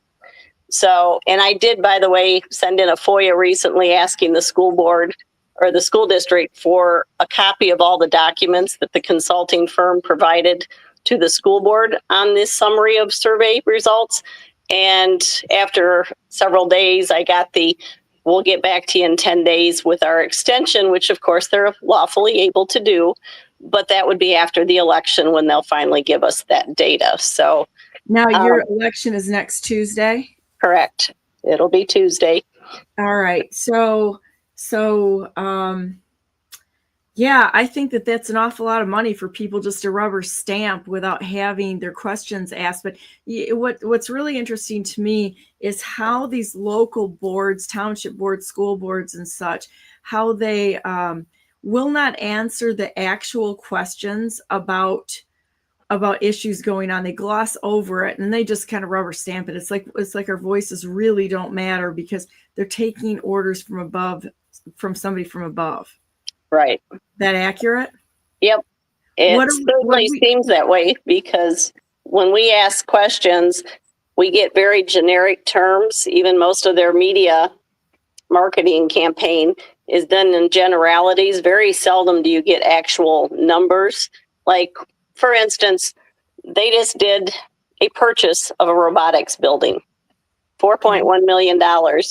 Well, we've been listening throughout this campaign for them telling the public, oh, this middle school that we want to tear down and replace because it'll cost too much to fix it. If the boiler goes out, it'll be $1 million. If the roof goes out, it'll be $3 million. We just don't have that money. And then poof, all of a sudden, last month at the school board meeting, they raised their budget by about $4 million for this year so they could make room for this potential purchase, which through a FOIA, we found out actually a letter of intent was signed back in February by the superintendent. And they've had 3 school boards since that date. And only at the 3rd school board meeting did they finally actually bring it before the board for a vote for them to sign a purchase agreement. And, but they found their money, $4.5 million for that project. And there's some memes that we do to try to get this information out and let the public know that, you know, we couldn't find money for that. We found money for robotics, but oh yeah, all that security stuff and safety stuff we're putting in this bond, we don't have money for that, but we did for this building. I hope that people understand how much manipulation is going on out there. And do you have any memes you can share with me about what they're doing? Because I wanna show you another thing that goes just to prove a point here on how manipulative these things are. I'm working with a group of people on showing what the DNR is doing to destroy our natural resources. This is a dam. It is approximately 20 feet across the top from here to here. And this is their justification for getting rid of this dam. This is maybe 8 feet, 8 feet there. And it's 3.9. I'm going to say probably 8 feet, 8 feet. And across there is 3.9, 3 feet, 9 inches. And there's normally wooden slats here. They draw this thing down 4 feet in one day, and it looked like it was intentional damage. And you want to know what the state is quoting to basically fix this, which this isn't broken. There's nothing here that's broken, but to manipulate the people, they're quoting $2.5 million to fix this. This is what's happening in our state of Michigan. It is organized crime. It's happening in the school districts. It is misleading. The DNR is on the top of my shit list right now because they're destroying this state. The school boards, with all of their wonderful barred attorneys and these planning entities like Fresh Coast, which is a globalist type organization steering all of these townships. This is what's happening. This is how they're stealing our state. It's a local level thing. Can you send me some memes here that I can put up on this? I sent you an email with 3 of the memes attached to it. Okay, You know, this is kind of interesting because in the state of Illinois, in Chicago, they were going to put up one of those public restrooms that are made out of like concrete blocks that you go into and you go to the bathroom, right? And the city of Chicago quoted, I think it was like $2.5 million for one of these, right? But and of course, that money changes like 10 different hands before they actually start working on it. And then by the time it takes for them to work on it and get finished, it's like almost 2 years later. Now, I have a contractor buddy of mine back in Iowa, and he built one for one of those small towns. It was $25,000. And he had it done in like 2 days. Well, you know what the problem is? It's just like one of these things is nonsense, is that they got to have their buddies that are within, how do I say this? Here, let me see if I can post this into the chat here a minute. That are doing all of the oversight and the engineering plans and the soil compaction and all of that nonsense. Mm-hmm. They're literally giving this work to their friends and buddies and padding the project. I can't. It should be way simpler than this, and it should be managed on a local level, that somebody's got, a backhoe and somebody else has got a cement company. This should not come through the state. This should not come through these large entities. This is ridiculous. Going back to the idea of priorities, they have already started to remodel this new robotics building for another $500,000. But in our new school bond, they're talking about they want to add some bulletproof glass to some of the schools to increase security. It's not important enough to do that now with the $20 million of extra money they put in their general fund recently, but it's important to remodel this building for 400 kids who do robotics. Well, and why don't we go to the core of the problem here? Was like, why don't we just, at least pretend that we care about upholding the law and sending some of these people that are unstable either to mental health facilities so they're not a threat to society. It's like, I've got a daughter she's really disabled and she's a problem. If she were out in the public, she would probably be a large problem. And I'm not going to sit here and paint a Pollyanna picture and say this is okay. When people are as mentally ill, I mean, look at the video we put out there that you had, Shawn, about the zombie apocalypse. Some things we're just going to have to suck up and not make excuses for. We've got people that are out there unstable that have committed crimes and they just let them loose. So we're going to fix this by putting a bulletproof glass. Well, how much bulletproof glass do you have to put up to really keep people safe? More than the money they've got. That's included in our bond, though. That's part of their safety features that they're talking about. Oh my God, these people are stupid. I work full time as a security consultant, and I've had 2 contracts with 2 different schools to actually present them a solution to their school security. And one of the schools, because of the type of the structure, the way the building was constructed, is just a ground level building that spans all the way across, about 200 feet. And I told them, I said, well, if the windows are an issue, I said, this is what I would recommend, is not putting bulletproof glass in, but take the windows out and cement block them up. just completely close them off. I said, when you're the bad guy, you're on the outside of a school and you can't see in, you take away a lot of their desires to begin with. But I said, there's other simple little fixes that they can do. They can put magnetic locks on the doors. They could put in what they call a standard operating procedure. This is something that the staff can do on a Saturday when there's no school. And they could run through an SOP, situations. But I said, it doesn't take a lot of money to bulletproof your schools. But I said, even if you bulletproof your schools the way a lot of people are suggesting, I said, all you're doing is you're indoctrinating the kids into training them, get ready for a prison life, because that's exactly the way your schools are treating their students. But I said, the real core of the issue is, and I told them they need to understand, it's a cultural problem. They need to change the hearts and the minds of people, and get back to just common sense practices instead of pushing for a lot of the propaganda that they've been putting out.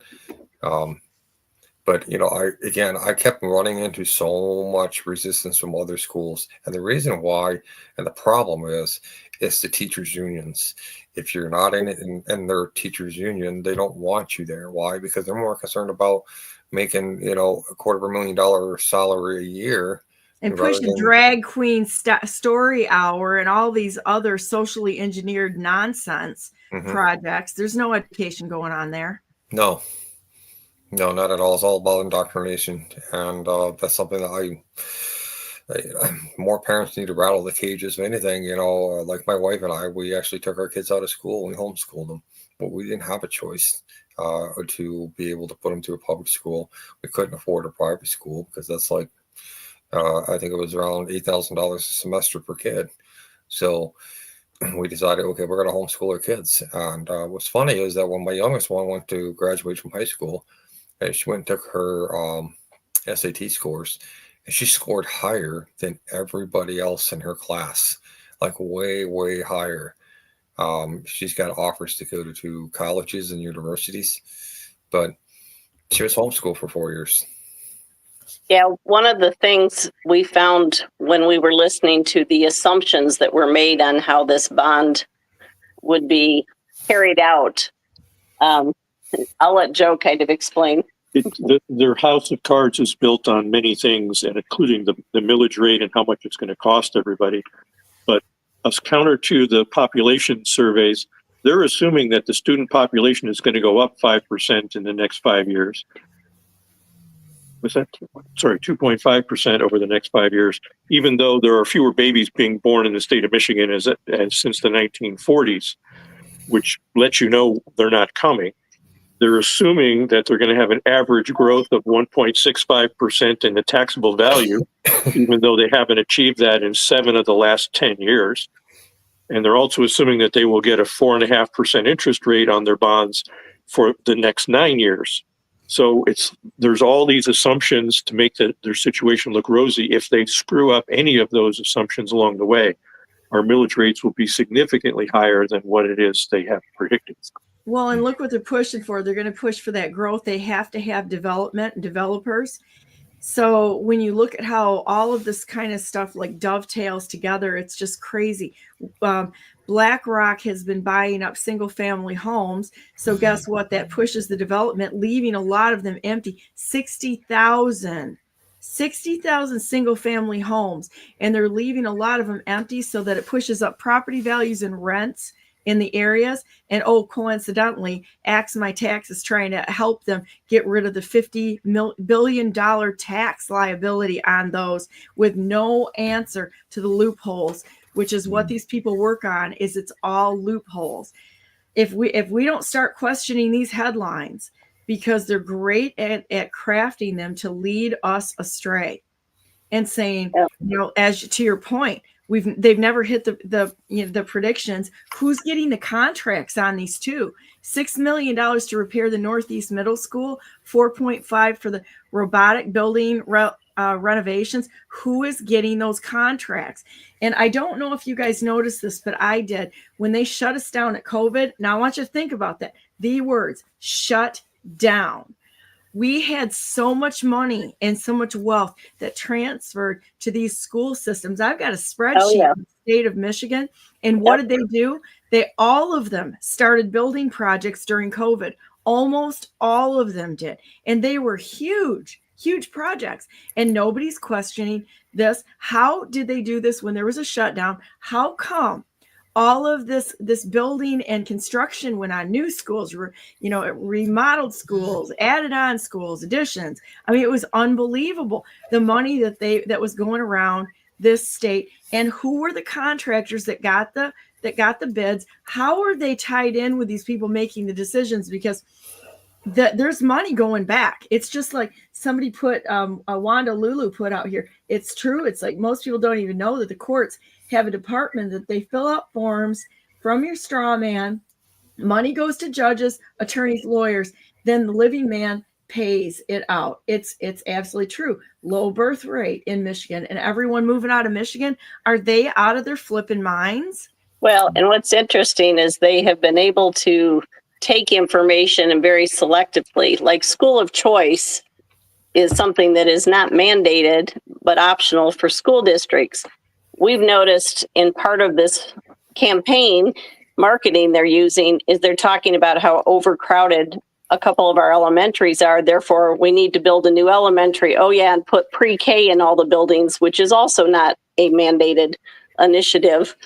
But in so doing with school choice, buildings that were already past their supposed goal of 85% utilization, they still allowed a bunch of students to come in out of district to fill those buildings. And then they create a narrative that says, oh, look how full we are. So, oh yeah, and by the way, they've tore down 5 elementaries in the not too distant past.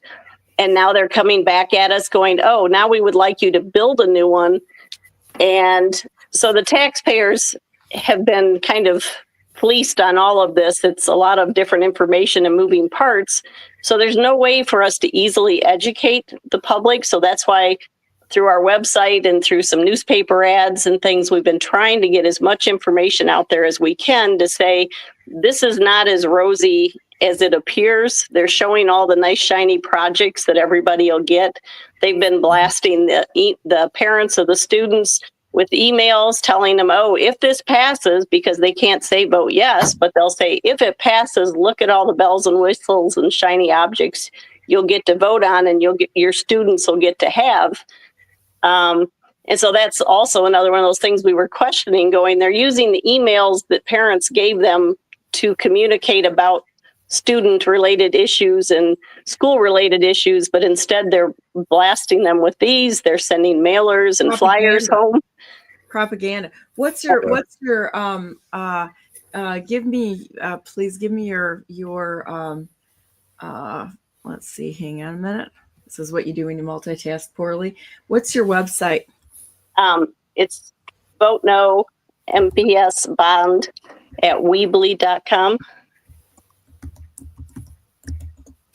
Vote No MPS Bond.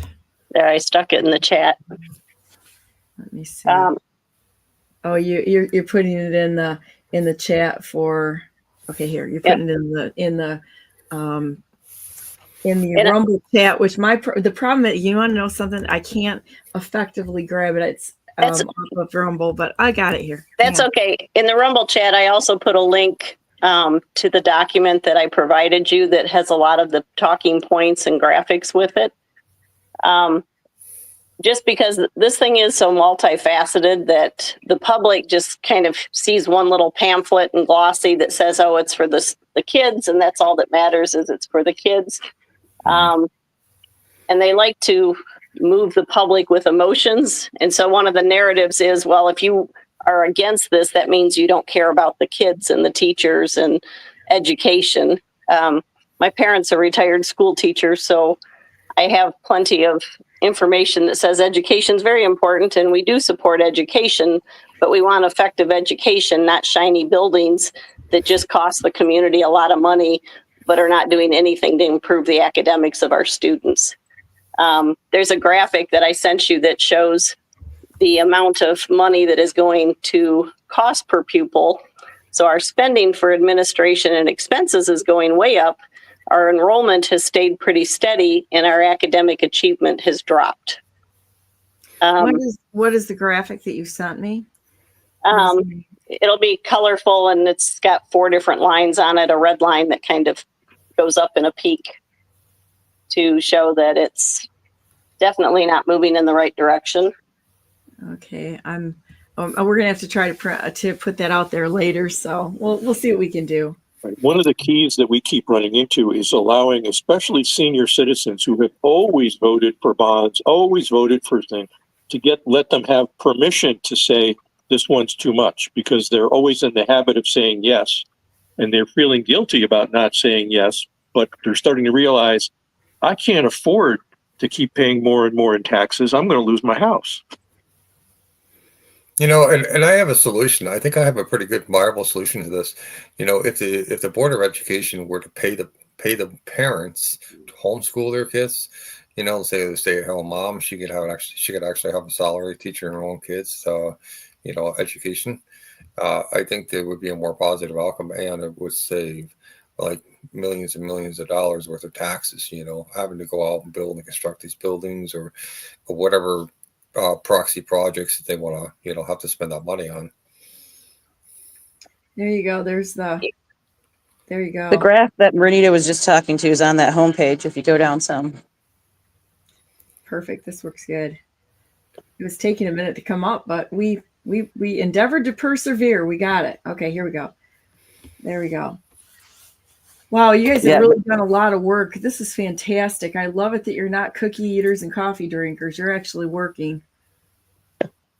We are trying to educate the public. We know these off-season elections are there because they don't want anybody to show up. One of the things I did was get information last year after our May election, because we had a special millage renewal, which of course wasn't going to increase anybody's taxes. Well, kind of. But I found out the district spent $133,000 just on that campaign, and $85,000 of it was just for the cost of the special election because they chose to do it in an off season. That's why these people could never make it out in the private sector, because they have no ability to make good, sound financial decisions. It's incredible. Yep. And not only that, only 17.5% of the voters showed up. And so basically the 82.5% let the other small portion decide the next 10 years of a millage renewal with no input on their part. So one of our goals in this whole campaign has been to educate the public, kind of like a big government class. And so we actually mailed that flyer that you were just looking at. It's a 2-page flyer, and that information was sent out to 21,500 households, which comprised the 46,000 voters. Which flyer are we looking at here? That what you're scrolling through right now is part of the 2 pages. That's the back page. But it was to give the community, one, to make them aware there was an election, because for the most part, people had no clue until our signs started popping up around town. And the other was to give them some information. And again, we want them to go research, look at our data, ask us about it. We'll give you the sources. It's all publicly available information that we've used to create this information gathering. And we wanted to make sure even people that have never voted before realize this is going to affect you if it passes for the next 33 years. And it doesn't matter if you're a homeowner or a renter, one way or another, it's going to impact you. And it's going to impact the community. They chose to make this a 25-year bond instead of a 15-year bond. And that one fact alone is going to cost the community an extra $88.5 million in interest over that extra 10 years that we're paying on it.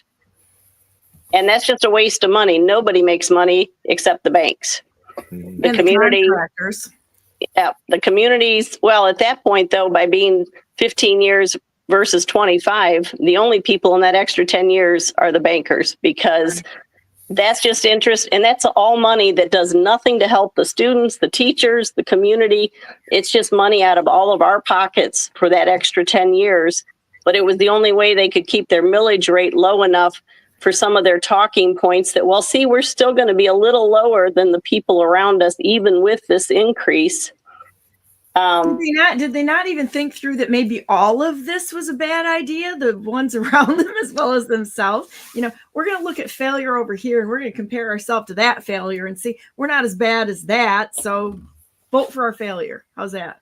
Well, and don't worry, because it's all for the kids. Again, it's just the emotional drive, and they've gotten all the local business organizations to buy into it. So publicly come out in support of it.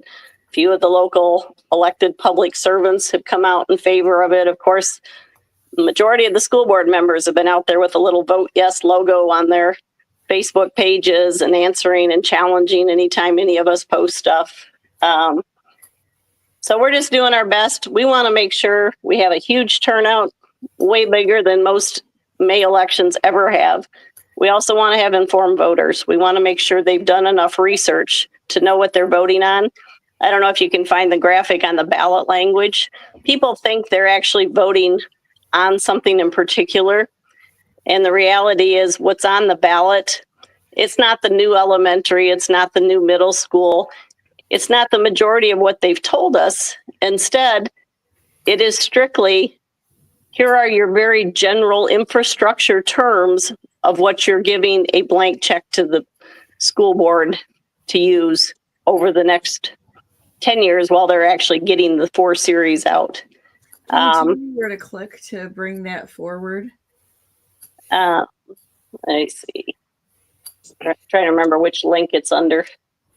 And thank you for scrolling that homepage. There's also 13 more tabs there. If you can't tell, we're data people.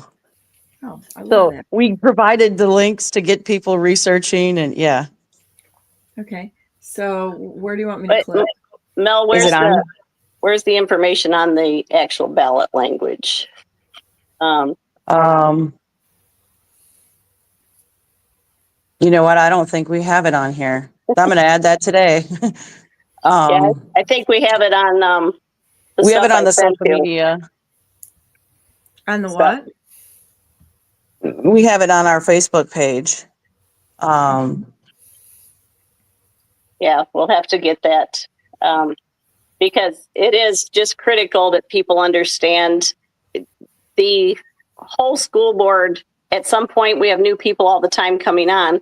They can pivot, and that, in fact, the board member even told us that during one of the Q&A sessions, that if something changes in the next few years, we can actually pivot and do something different if the needs change. So what we're voting on is really a blank check, because that's all it's going to ultimately do is give them $285 million to see what they need to. Right. They claim that they've passed audits on the last bond, but all the audit does is check the classifications of what happens, not the individual projects. So you can still pass your audit, but have done something very different. Matter of fact, they found $10 million extra from the previous bond. And it's like, well, okay, that doesn't necessarily mean you actually did everything you said you were going to do. You did stuff. And they overestimated by 10%, which is significant.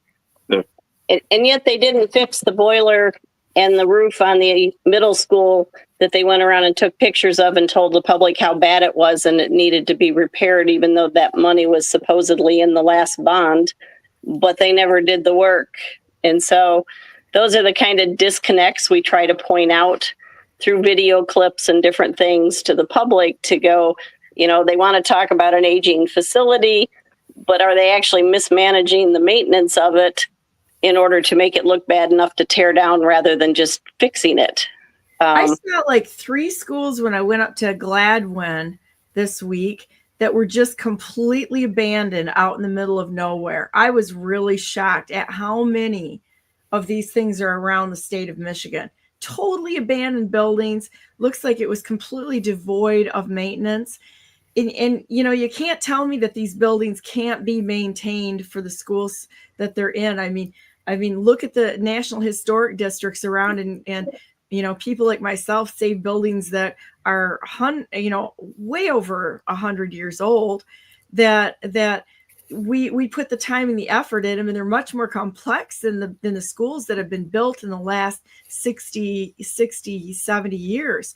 So you can't tell me that they can't be salvaged if they continue to do the maintenance. But it's like their normal MO is that of a parasite. They just consume. They continue to consume. And they keep changing the concepts so that everything looks new and different. Like, for example, in the 2015 bond, we got one brand new elementary school, state-of-the-art architectural awards, new furniture that lets them move around and do all this open floor plan, community or group activities and stuff like that. Well, it turns out that the new school has the worst reading levels for third graders in the whole district and has a lot of maintenance issues already. And so it's like, we've already done the experiment. Your new and sexy stuff is not holding up versus the classic way of teaching.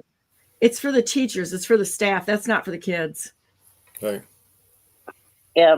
So we do have the ballot language up there. It's just not front and center on the resources tab. Okay. We have a 100-page presentation. There's a video of it. Is it under But this is just resources, or where is it?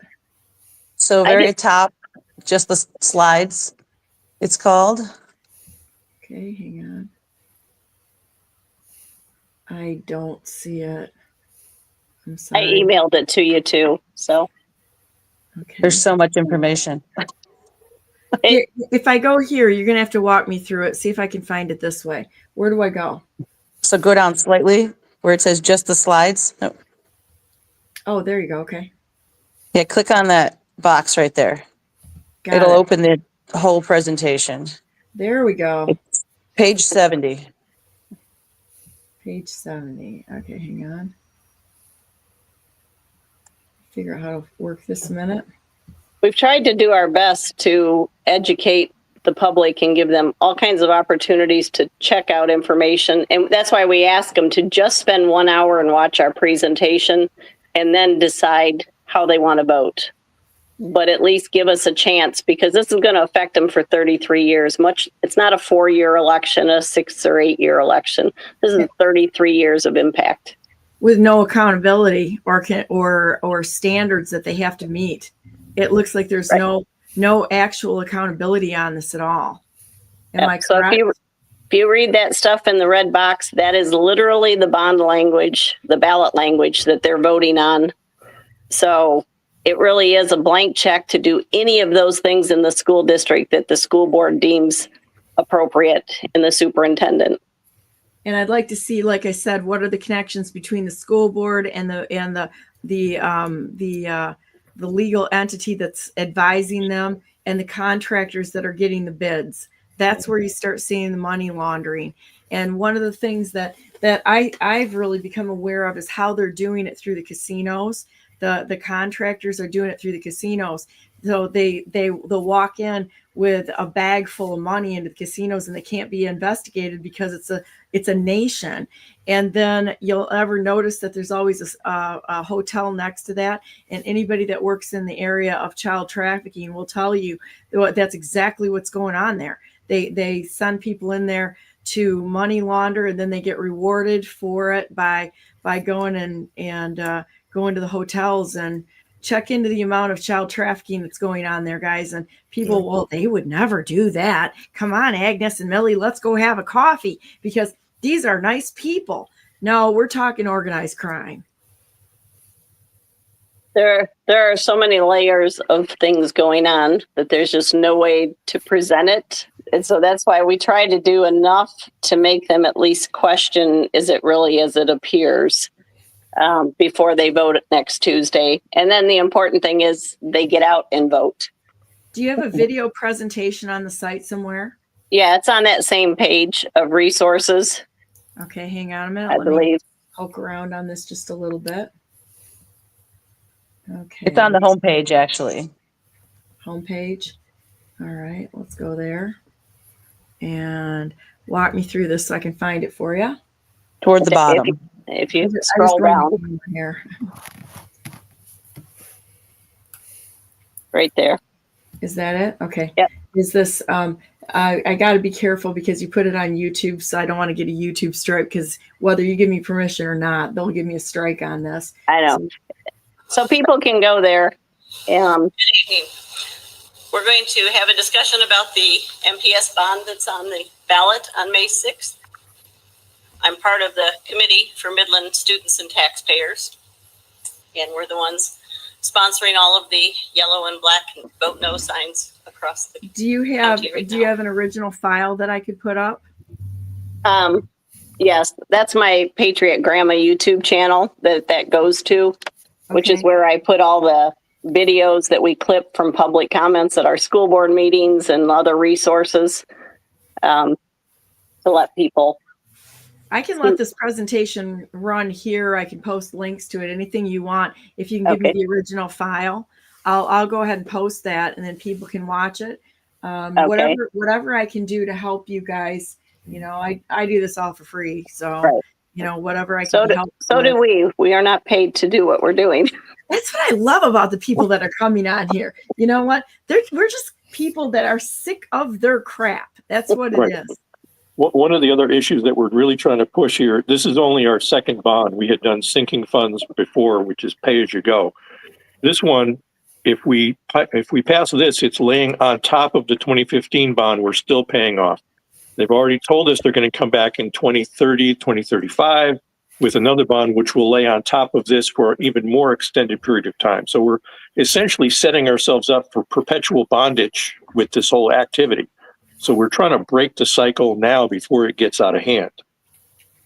Well, it's already out of hand, it looks like to me, but you know, somebody's got to stop and question it. But I think that's great. I really think what you guys are doing is spectacular. I love this. How many people do you have in your group up there of trying to get the word out? And is there anything that I can help with that?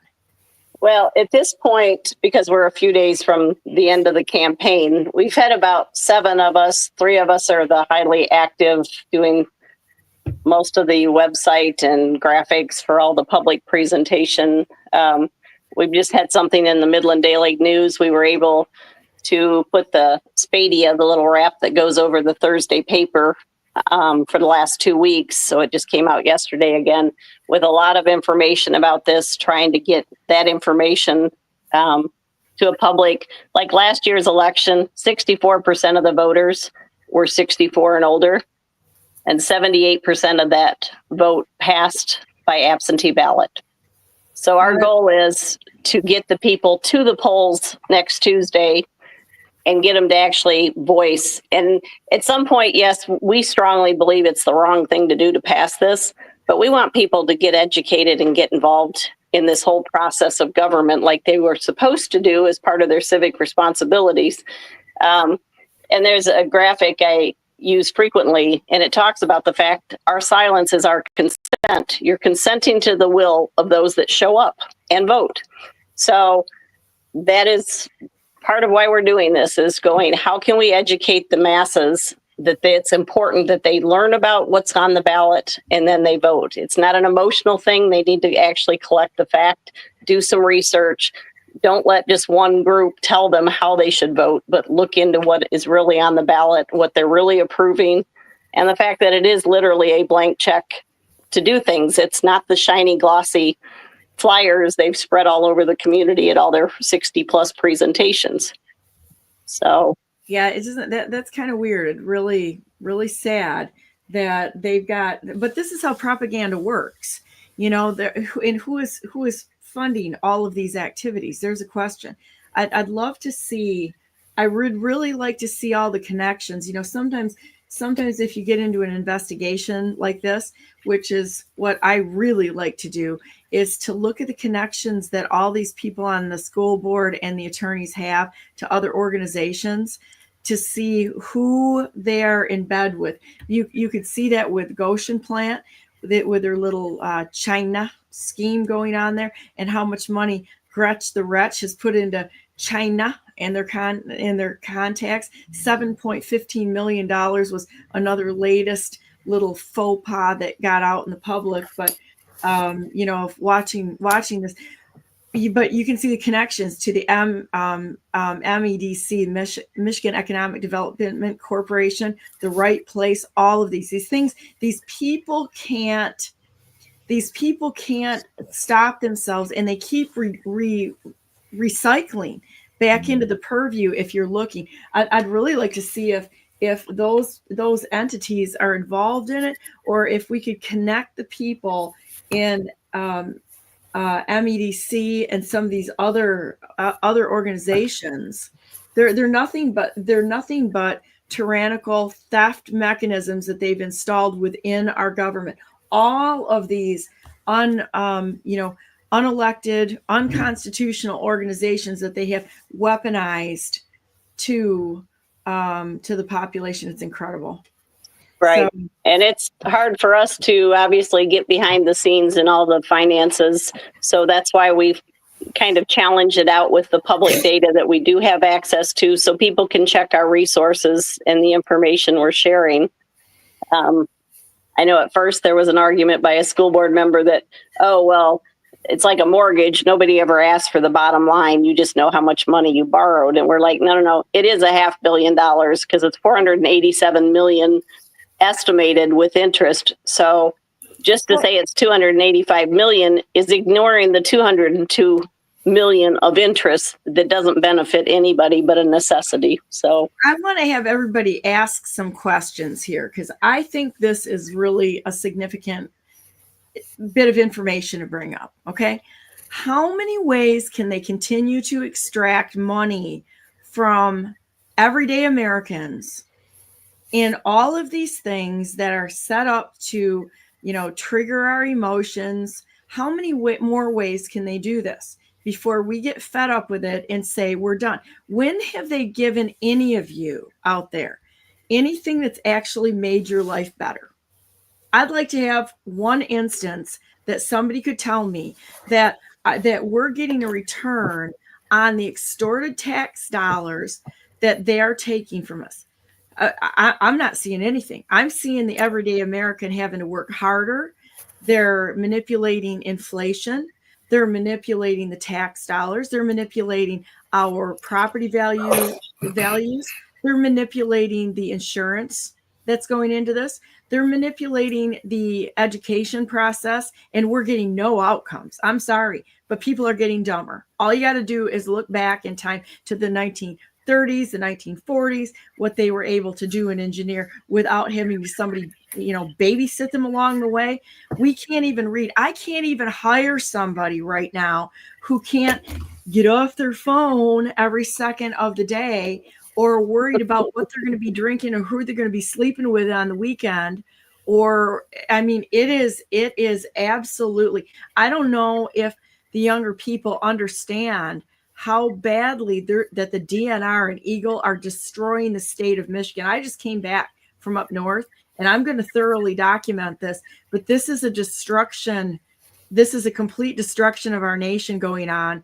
And until people wake up, you're going to have nothing unless we start fighting this together. And I don't mean as Democrats or Republicans, because they're cults. They're absolutely a threat to this nation.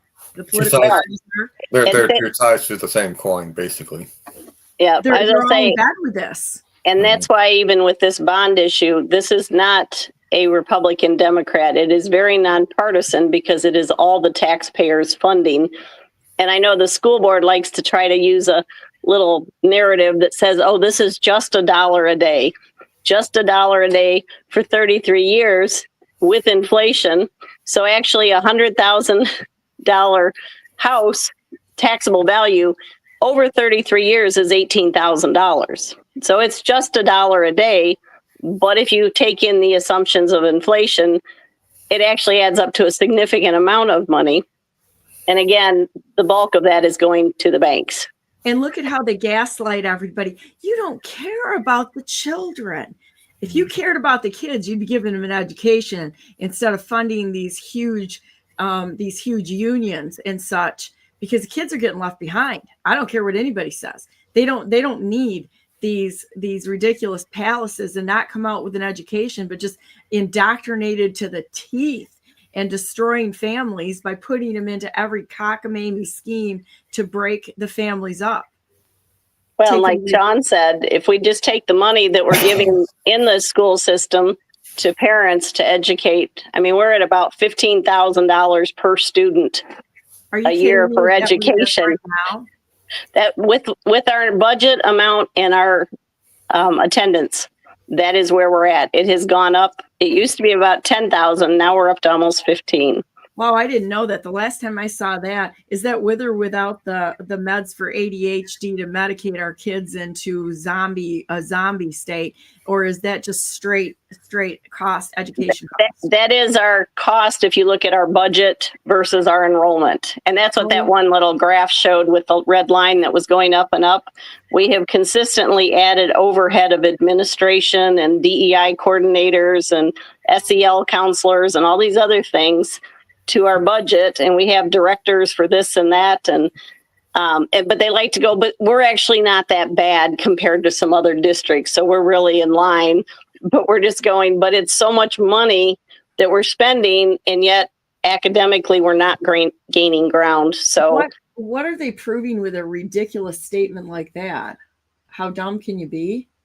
Well, they like to challenge us out on Facebook and tell us we don't know what we're talking about. And they just make blanket statements without a lot of numbers and facts to back it. So that's why we're trying to produce those numbers and facts so that we can do it.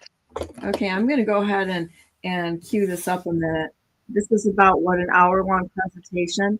Yeah, that one's an hour, and we've got it set up so you can download it directly and have it available. So I can go ahead and play this one and just let it play out if that's what you guys would like me to do. And let this play for people to watch if they'd like it. What would you like me to do? How can I be most helpful? That's fine. Or by sending them to our link. It depends. It'll be on your replay, I guess, if it's out there recorded, which is fine. I don't want to take away from your audience, though, if you'd rather have me put the link there. I did put the YouTube channel there, and you know what I'll do? I'll put this on my Telegram channel if you want to find it there. Or like you said, or I could just let this thing play and people could push this out here while you're talking. It's up to you. I'm just here to help. Right. Well, like I said, we want people to be aware of this, and people that are fighting bonds in other communities, just to be aware of what school boards and districts are allowed to do when they present information to the public. They can omit any data that doesn't support what they're trying to get pushed through. So if they want to clip a slide and remove unfortunate data, or they want to only give you generality facts instead of giving you all the details, that's perfectly legal, which is really sad. So the people need to understand how easily they are being manipulated if they don't actually take the time to dig in and educate themselves before they go to the polls and vote. In fact, FPS even turned off the Wayback Machine for a while in order to not have records being created that we could go back and find. Oh, man. These people are going to stand before God someday, and it's not going to be a good moment for them. So I tell you what I think would be a cool thing to do. Okay, I posted the link on my Telegram channel, which is at BrandenburgNumber4MI, and Shawn had a song that he wanted to put out there because Shawn's been doing some music. So why don't we do that, and then we'll say a prayer, and then what I'm going to do. Let me see if I can put your song up here a minute, Shawn. And Shawn creates music, and they're wonderful. If you have never listened to Shawn's music, you should jump on there. And a lot of it's motivational, but a lot of it is it's music that supports the conventional marriage, and it's to uplift and inspire people. But in some cases, is to make people kind of look and understand that, what is our government doing? What are they doing with our money? And question the narrative that the mainstream media is putting out there. And there's just so many fake news that's coming from mainstream media, and it's affected so many people. And we're talking good people. There's good people out there. It's just they get so caught up in the psyop brainwashing process. And so I wanted to put something out there that's more motivational to kind of get people to think about, what they're watching and what they're hearing, like with this song called Fake News. So. Well, and I think that's great. And I really appreciate all the work you do with this, Shawn, because your information and your music is just really inspirational. And I appreciate you always. Shawn always shares his links on TikTok with me, which is kind of nice. It breaks my day up a little bit with, researching stuff that nobody really wants to look at, because it's just like, you look at this horrible stuff all the time, which it's the only way that we get to the bottom of analysis on why things are bad, is that we have to put ourselves in, and it's kind of a sacrifice to do that for those of us who are doing what Renita and Joe is doing, and Mel and Shawn and myself. We're immersing ourselves in this to try to figure a way out and finding these solutions. You can't find solutions unless you're actually willing to do the work. And it's not like the most fun thing on the planet. If anybody thinks running for office is a good thing, you know what? I got a lot of news for you. That's why we are getting these psychopaths that fill the seats, because you look at this and you go, who in their right mind would want a job like this? This looks like the worst. I'd rather shovel horse manure all day than deal with this kind of stuff, because there's like nothing fun about it. Okay. There's nothing fun about this. And to get in office, if you're an honest person, there's nothing fun about this at all. It's not a fun job, but it's a necessary job. And it's something that if we're going to leave anything for the next generation, we have to be willing to do what Renita and Joe and Mel and Shawn and myself and Ralph and all the people that you see here on BNN, who nobody gets paid. Nobody's getting paid for this. This is what adults do. We just take care of business, and that's what's going on here. I would invite everyone to join us in order to take this nation back and put good information out there, because we need more help. I've got some big stuff coming out here that I'm doing, and I'm going to tell you what, pray for all of us every day, because we're putting ourselves in harm's way. I don't really care, it has to be done.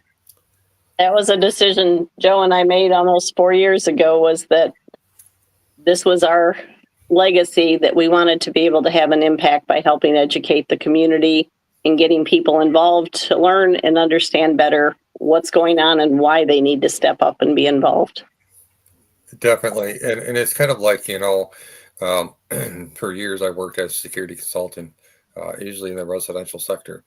And, a lot of my job is teaching people how to do home security like they're supposed to. We've gotten so far away from knowing how to do our own home security. This was common knowledge back in the 1800s and early 1900s. And then Rockefellers came along and they said, hey, let's start creating devices. And let's figure out a way to make money on this, monopolize this, make money, and take the education away from people, make them dependent on us. And so like part of my targeted job was essentially teaching people, how do you do your own home security? It just focuses on 3 really basic steps. It's not a rocket science kind of thing, but this is something that I have been passionate about for years. And when I got blacklisted in the security community, they've done everything they can to suppress this information from getting out. I would do all the research. I would show all the facts about monitoring companies, how they actually do not help people secure their own homes, and the dangers of, how they use third-party companies to come out and install these things. A lot of times they fail in their duties to do so, and it ends up where somebody getting murdered, robbed, or home invasion or something. And it's a lot of it's just worthless. Yeah. Just like the TSA, what do they got? An 85% failure rate. And just, oh, by the way, I do remind them of that when I go through TSA. It's like, I've done it before. I'm like, are you really proud of your job right now, knowing that there's an 85% failure rate in you catching anything?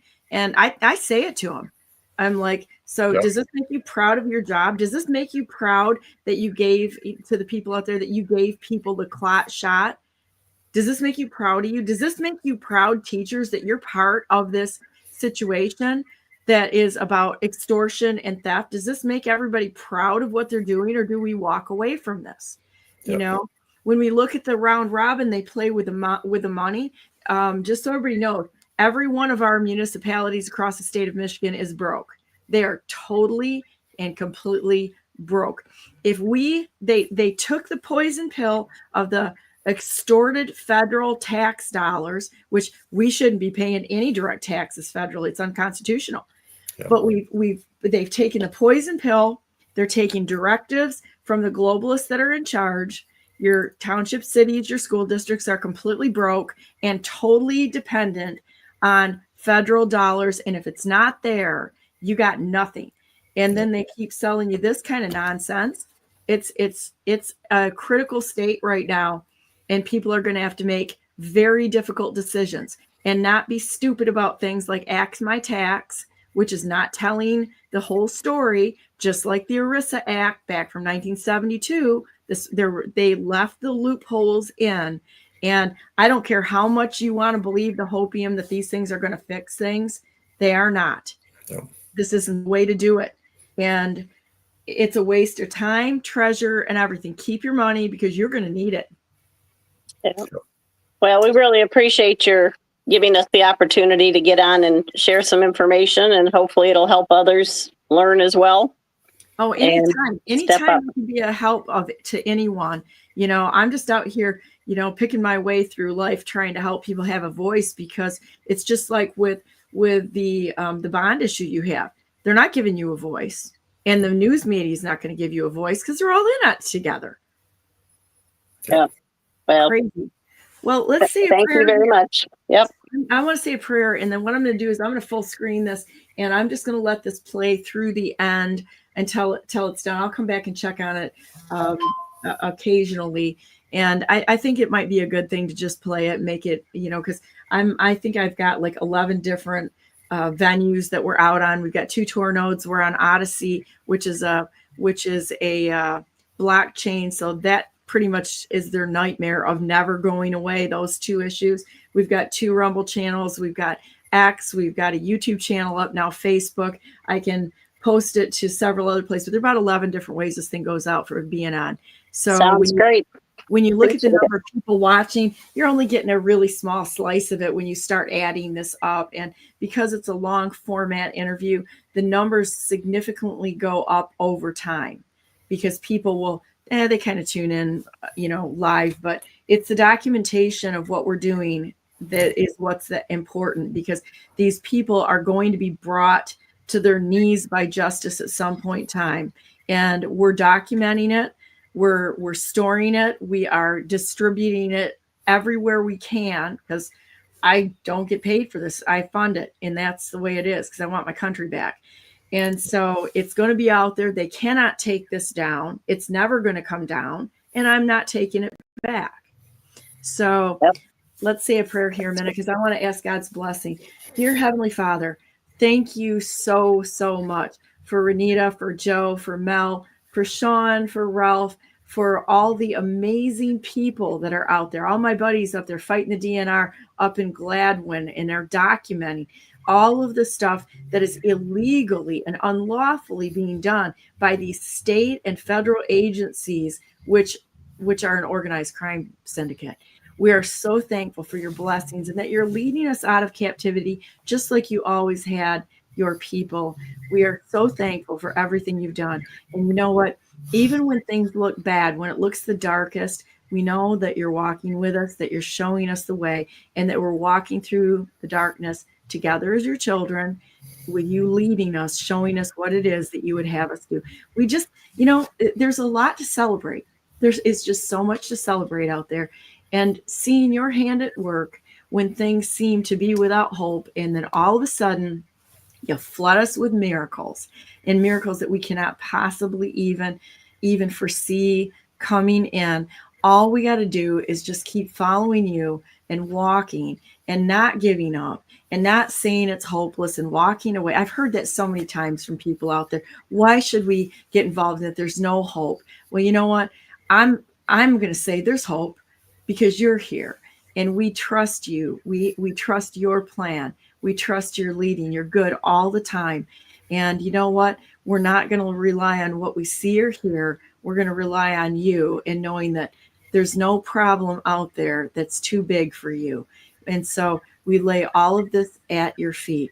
I ask that you would give your incredible help and favor to and honor the work that Renita and Joe and Mel have done, putting this stuff together tirelessly without, I'm sure, with a horrible uphill battle with being maligned and lied about and having the naysayers attack them and the things that are in their path that would stop a normal person that doesn't have faith in you.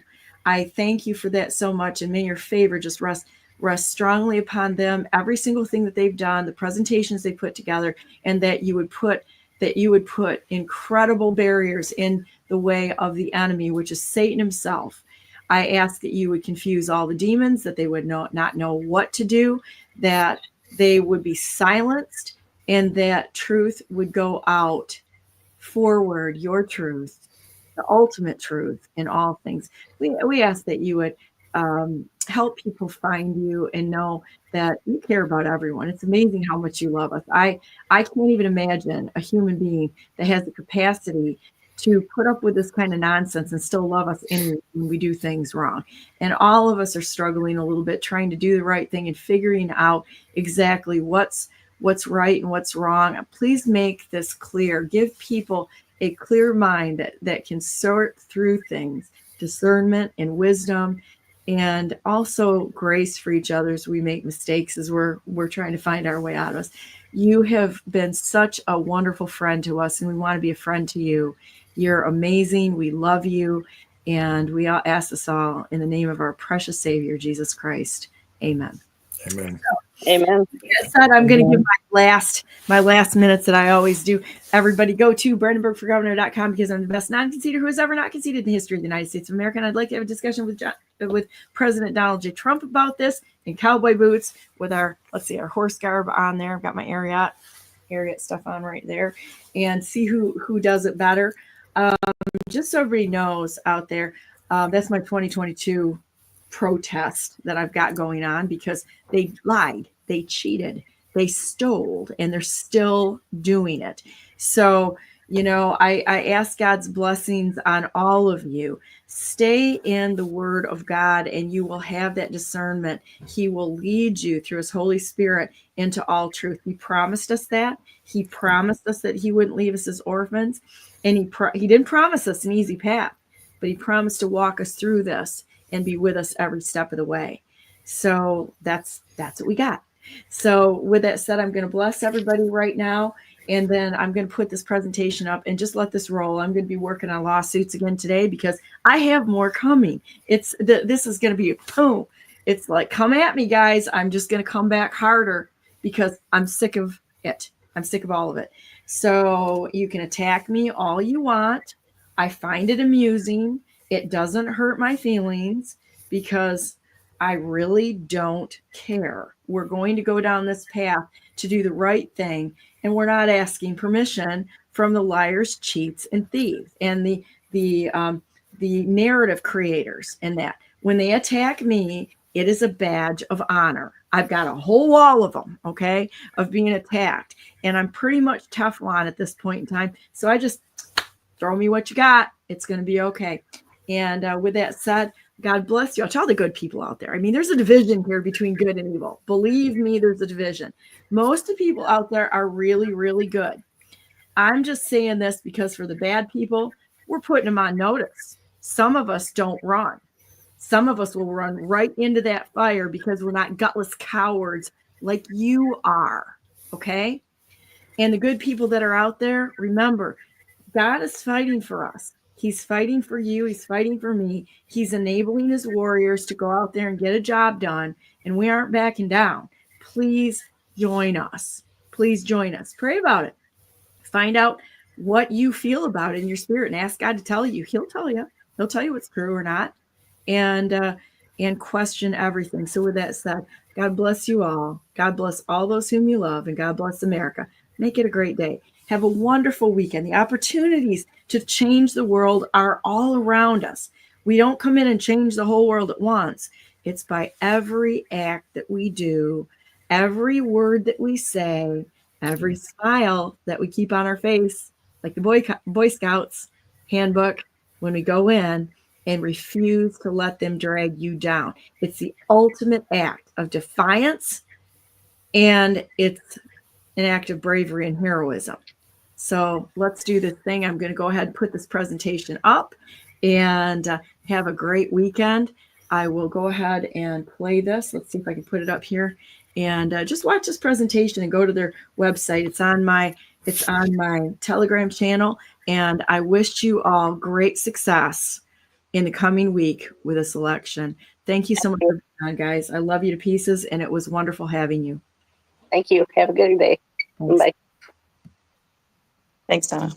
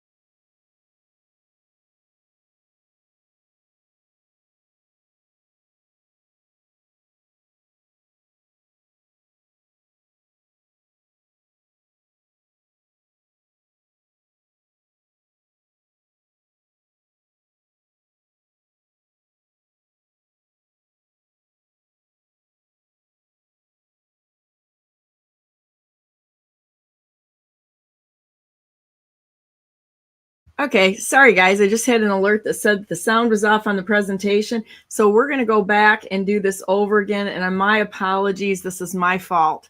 Here we go. We're going to start it over again, starting it over at the timestamp on this is 2 hours and 40 minutes. And my apologies to everyone.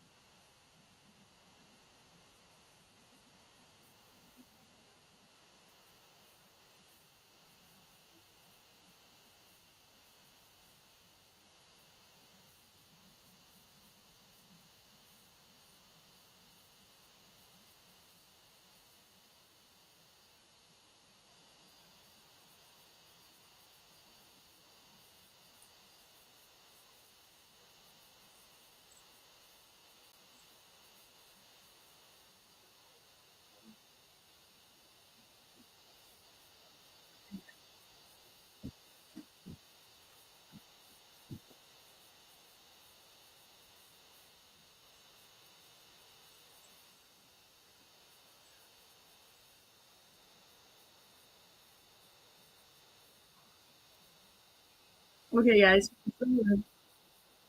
I'm really sorry. We're still having sound issues, and I feel this is important. I apologize. Let's see what we got going on here.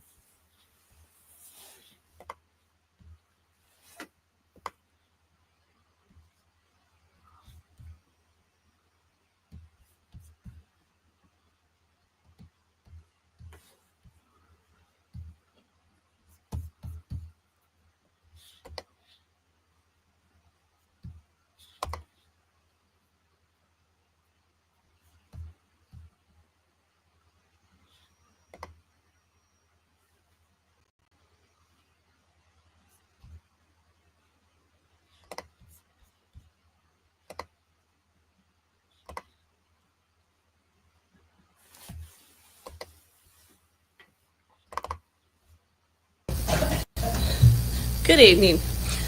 We're going to have a discussion about the MPS bond that's on the ballot on May 6th. I'm part of the committee for Midland students and taxpayers, and we're the ones sponsoring all of the yellow and black vote no signs across the county right now. Our sources of data, we're using data from MPS website, Form 3881. We've been attending presentations and communicating with staff from MPS, and also the michiganschooldata.org. And this slide presentation will be up on our website afterwards as well. My name's Renita Bonadies. Joe and I have been attending school board meetings now since July of 2021, and regular attenders, lots of public comments at those. We've also been to at least 5, I think, of the presentations, and maybe more, of MPS's on this bond particularly, just to hear more information, listen to the Q&A and the responses to the Q&As. This is just a list of some of the different topics we're going to be covering that have different facets of this bond that may not be covered in the same way publicly, so we want to get the information out there. This flyer was one that was mailed out to pretty much the whole community, I think. So I don't know if all of you got it that are in the district, but it should have gone to almost all the households. I know we received one at our house. So we're going to kind of cover these in the course of the discussion this evening. First topic is Northeast Middle School, 75 years old. Does it need to be replaced? So one of the sections on that was talking about aging facilities.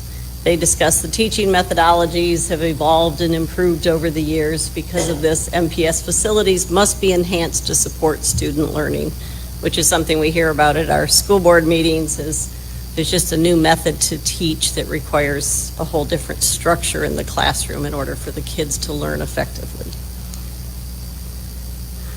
This is a presentation that we watched back in December of 23. At that point, there was a Barton Mallow report that was put out, and they gave 3 different options for Northeast, and one of them was what they're putting on this bond, which is to replace it within the next 8 to 9 years. The other is to reinvest in it, and it could last until it's about 102 years old before replacement in 2052, or we can do some interim repairs now and about 2047 do a replacement of it. So the argument was it'll cost you $48 million more, and we kind of questioned, but do we even need it at that point? So can we get it to that point and see where we're at as a community and a school district? So they said that they decided in 2015 that this needed to come offline in 10 years. So therefore they did minimal maintenance on it just to help it to last. And then all of a sudden we were told not only could it not be refurbished, now we have to replace it, even though if you look at the bond, it's not even proposed for another 9 years. But we're assured it will be kept safe and useful during that 9 years.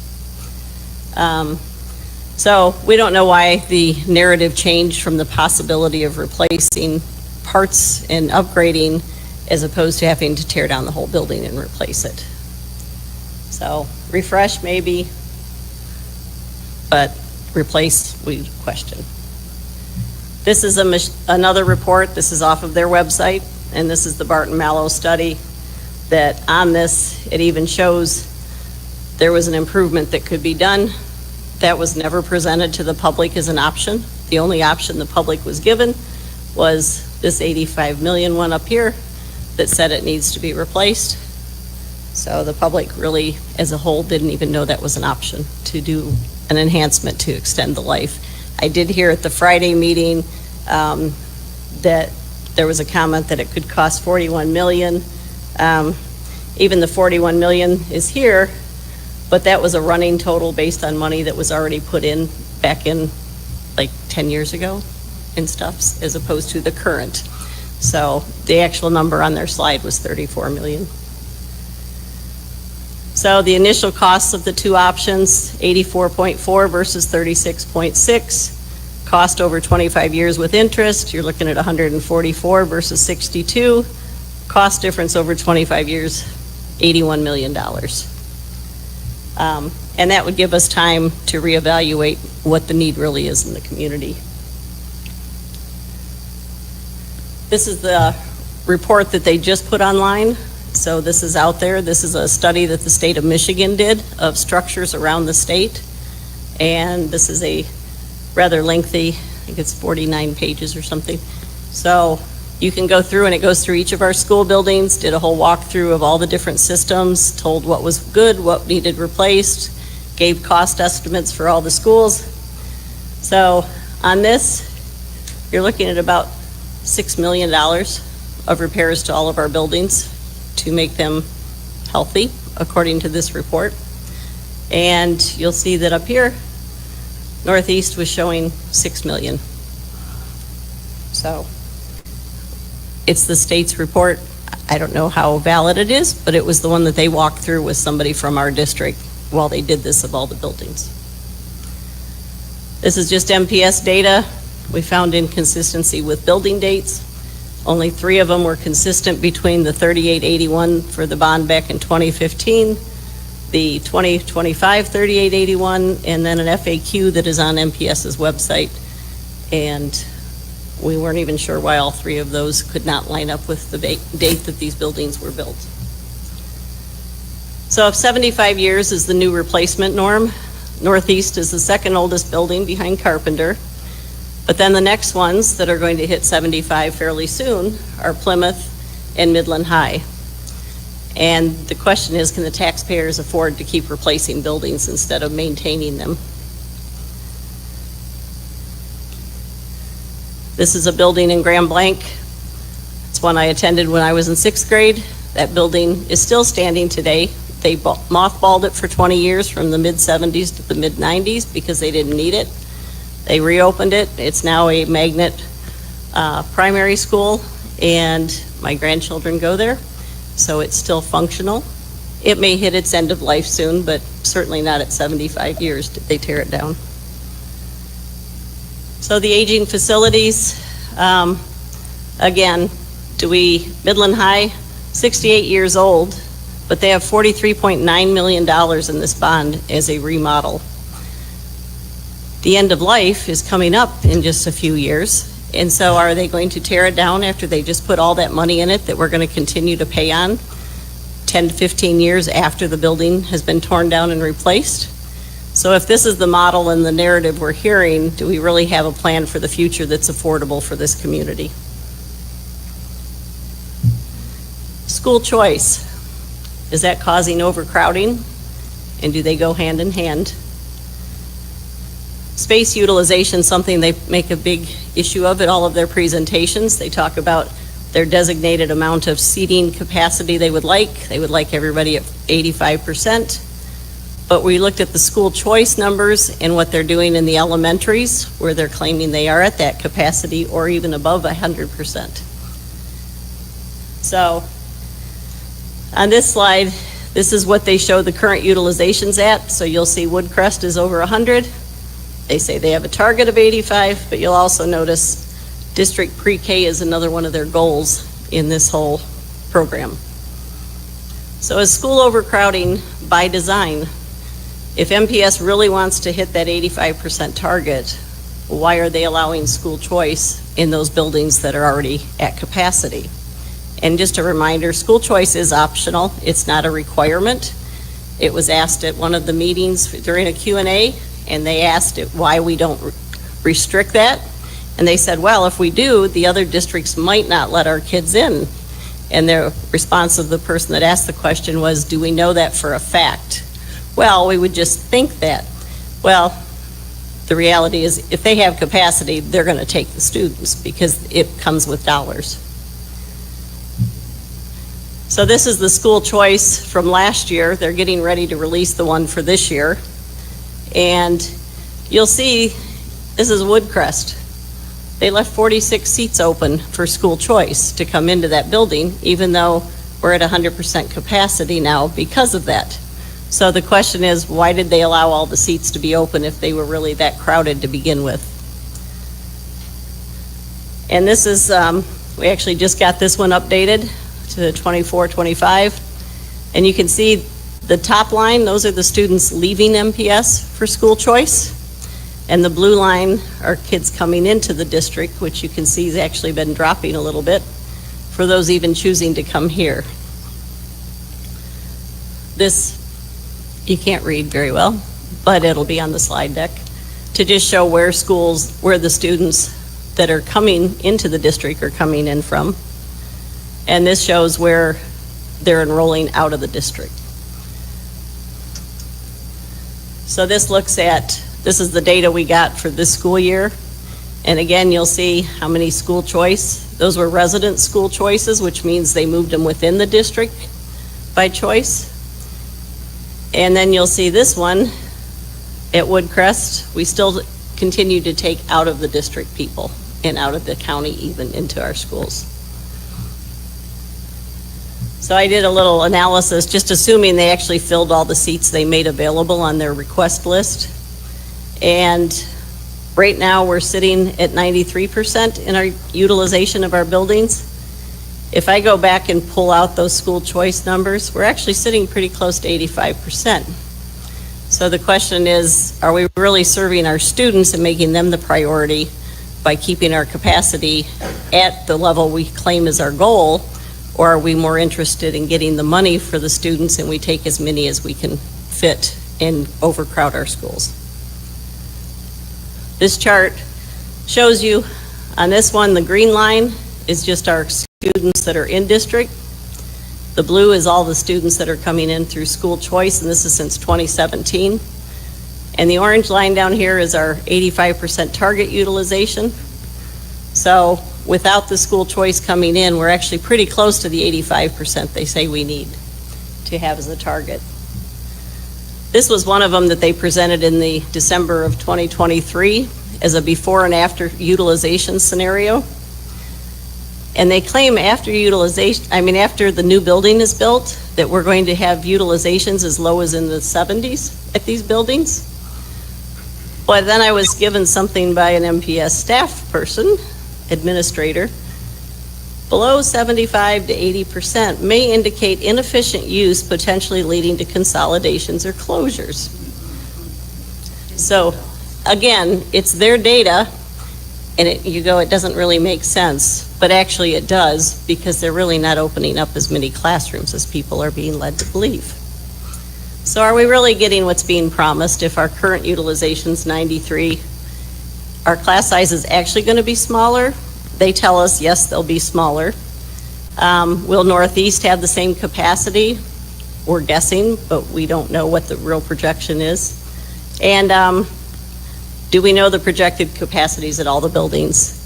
We've not really seen that, except that other slide, which would tend to say we're not properly utilizing the space in our buildings. So what's missing from the presentation? The utilization numbers after all this money spent is still very foggy. They don't discuss class sizes. They say the only place, if this doesn't pass, to take money out of the general fund is going to have to come out of the teachers and the parapros to do the repairs that are needed. We say that they're become very top heavy in the administration at MPS. Why not cut there? So this is a sample of the budget since 2019. We started going in 21. So I remember when we started, the budget was somewhere in the 80 million range. But I noticed that at the March meeting that we just had, they just voted to increase the budget over what it was. It was 113 million, now it's 116 million.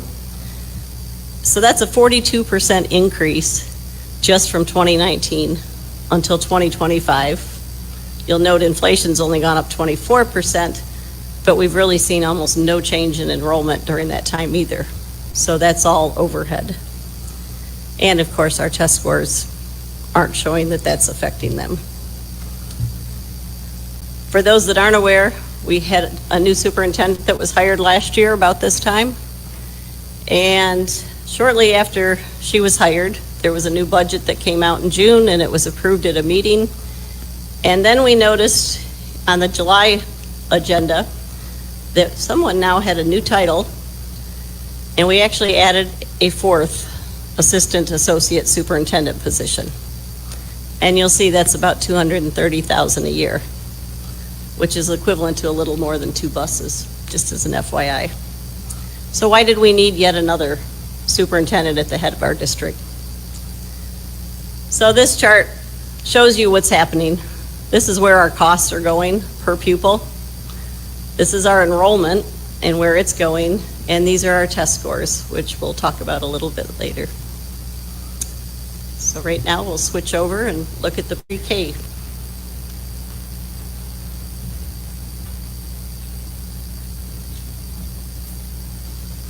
Hi, I'm going to help go over a topic of pre-K. So, Great Start Readiness Program. Stand here. Oh, there we go. Okay. Okay, so on the mailer, one of the second points on there is preschool early childhood trends. So the district already has some pre-K students in this GSRP program. They're in one building. They want to expand this program. So to move these littles and to expand this program, what they want to do is move them into the elementary. So take them from one building and move them into all potentially 7 new buildings. So it's going to require more coordinators, more certifications, allowing these students to be put in an age group that goes up to 5th grade into a building with all of that, and potentially bus rides. So right now, their pre-K programs are housed in one building at Old Elementary Carpenter. It's 99 years old. It still has fireplaces, which is apparently a huge hazard, but right now they're still using that building, so how big of a hazard? Again, they want to expand this because they can only house so many, even though it's an elementary building, it should have housed how many students at one time. And they want to take it offline, so not continue to use it, and to move it into potentially a new elementary school, plus the other 6 that are existing, 2 classrooms at all of those elementaries across the district. So you can imagine how many students they could fit if they could fill that, but of course, that's where all this utilization is being taken up with, is all these additional students that are now going to be classified elementary. So, and they're going to need new pre-K coordinators and certifications across all of the district elementaries then. Also, if this bond goes through and they no longer need Carpenter Elementary for this pre-K program, they could potentially sell it to generate income. But instead, in the plans for this bond, what they want to do is demolish it. So pay $663K to demolish it. Similarly, what they did with East Lawn. And then they sell the property for some small amount. So they're not really gaining anything back. Instead of using it or selling it. And why do they want to demolish it? Do they want to keep competition out so that we don't have potential new charter schools coming or any other child program that could be put in there? Or it's just a piece of Midland history, and it'd be sad to lose it if it's not really end of life. Pre-K, tuition-free pre-K, is a state program, and the goal is to have 75% of the 4-year-olds in this program. Of course, you get more money for pre-K students to be able to hold them and license them in the room. They need more adults per pupil. But does this, having 2 classrooms added to each elementary school, of course, creates a need for a new elementary school because you're adding 2 new grade levels potentially. But again, it's not legally required. It's an optional program from the state, and they want to put on the taxpayers the cost of these building spaces to bring this pre-K program in.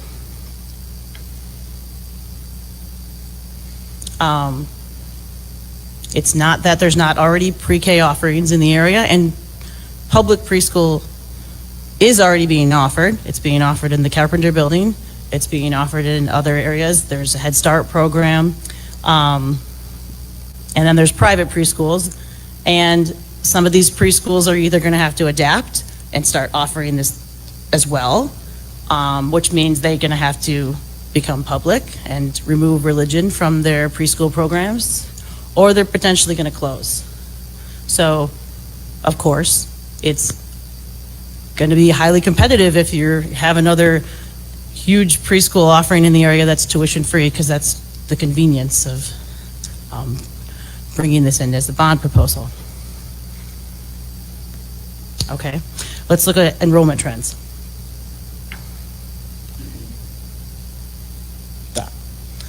Okay, so some conflicting material, or maybe it's not conflicting, maybe it's what they intended. They put out, they said that the population of Midland is moving into the north. So it's moving up into the area north of US 10, and they said 600 plus elementary students are moving to that area. And then on another part of the, or on a part of the mailer, they said 600 pre-K to K5 students. So which students are they counting when they say there's a giant population up there? We say, what's the actual number? Is it pre-K or K5? The students we're required to educate are K through 12. So is it 600 or is it not 600? Or is it like more like 300? So the committee asked MPS, and the response was that there's no difference. But we're also told that the enrollment numbers can only count K through 12 for Michigan reporting standards. So there is a difference. But MPS seems to be muddling the numbers and including pre-K, and of course that increases the need for these elementary schools.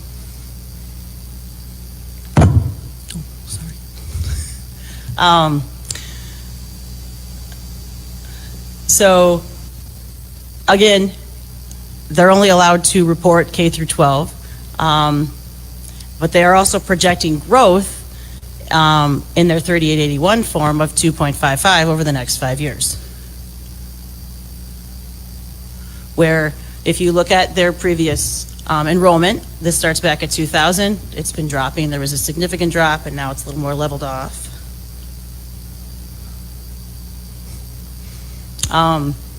This is MPS compared to the state enrollment and how the trends have been looking. So MPS has been dropping even more than the state,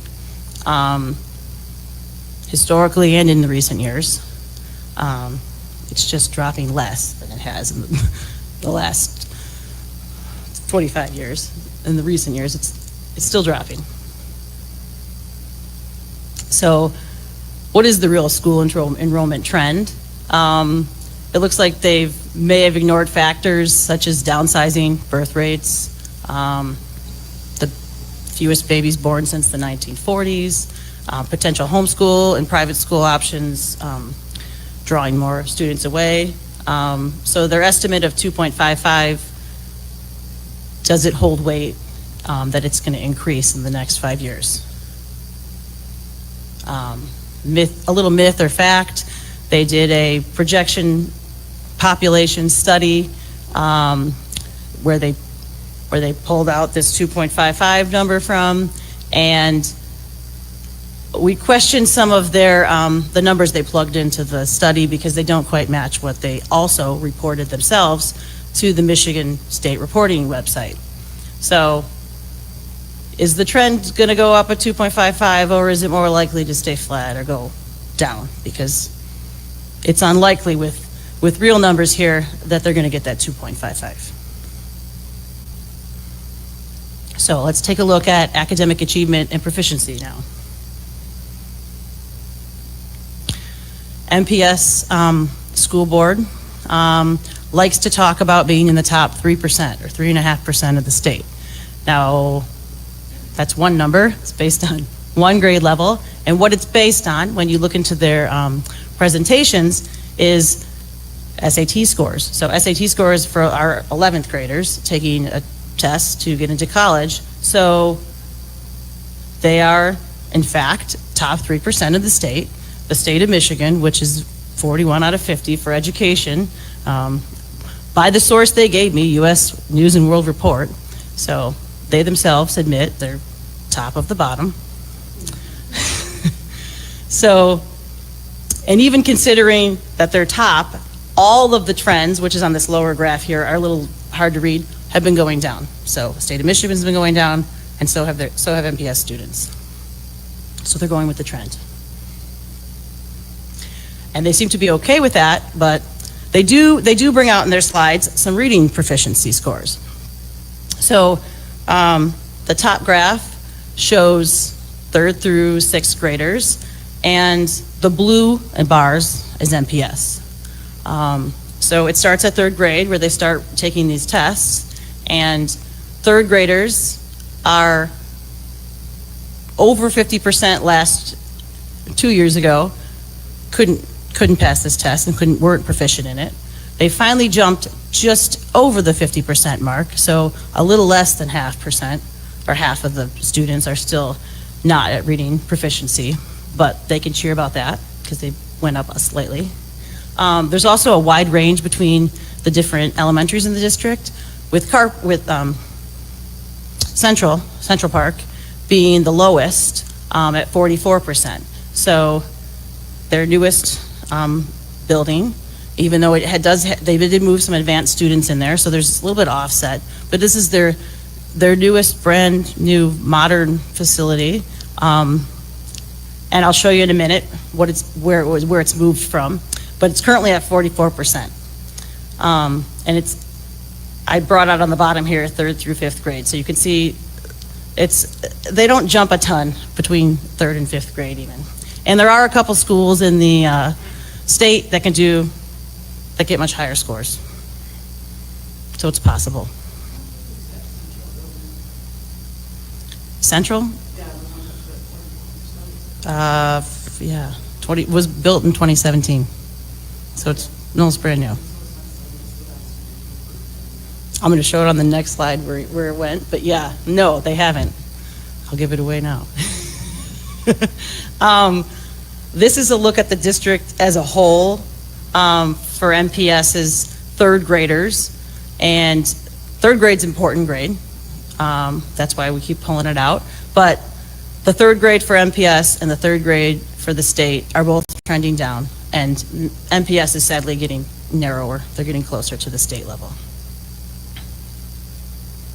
So this chart, and I hope it's a little darker this time, you can see it, is just looking at Central Park. So Central Park, the most modern of the buildings at MPS that they just built and are proud that's a STEM school as well, is supposed to support educational excellence, as they say. They took students from 2 buildings in the district that are East Lawn and Carpenter and moved them into Central Park. So this is an average of where all those students were testing before, and then the green is Central Park. There's one year where they blipped up real high, but the trend overall of the Central Park students, 3rd graders, hasn't been going up. It has continued to go down. So moving them into this building, has it done anything for them? Their modern furniture, modern classroom settings? I wouldn't say so. And I'd say these are the students that probably need the most help out of all the students in the district. Their scores for this elementary, these population of students for these elementaries, sit right about the state level, because that red line's still the state. So could they be doing more for them than just building them a fancy new building? Yes. Okay, so back looking at this chart, the spending is in red, going up. Your enrollment, I just went into more detail on, has been trailing off, but basically going down, and test scores are going down. And this is not only 3rd grade here in the green, but that SAT score is in the yellow. So they've all been dropping off, despite all that spending. Also a note, there's students in the district that are either economically disadvantaged or have disability support, and it's 36% economically disadvantaged and 16% for students with disabilities. And there's additional money that comes in to support those students, but is the district really helping those students to break the generational cycle that some of them are in? It doesn't seem like it. So one more thing they point out on their mailer is academic excellence. So excellence to me isn't defined by what they seem to define it by. Is it really dependent on the learning space, or is it their teaching quality that's missing from, and maybe it's not the teachers either, maybe it's just what they're told they have to do. But Central Park, latest and greatest, still been dropping. And then so to bring all these new upgrades in and say this facilities improvement is going to help academic excellence, I don't see the evidence.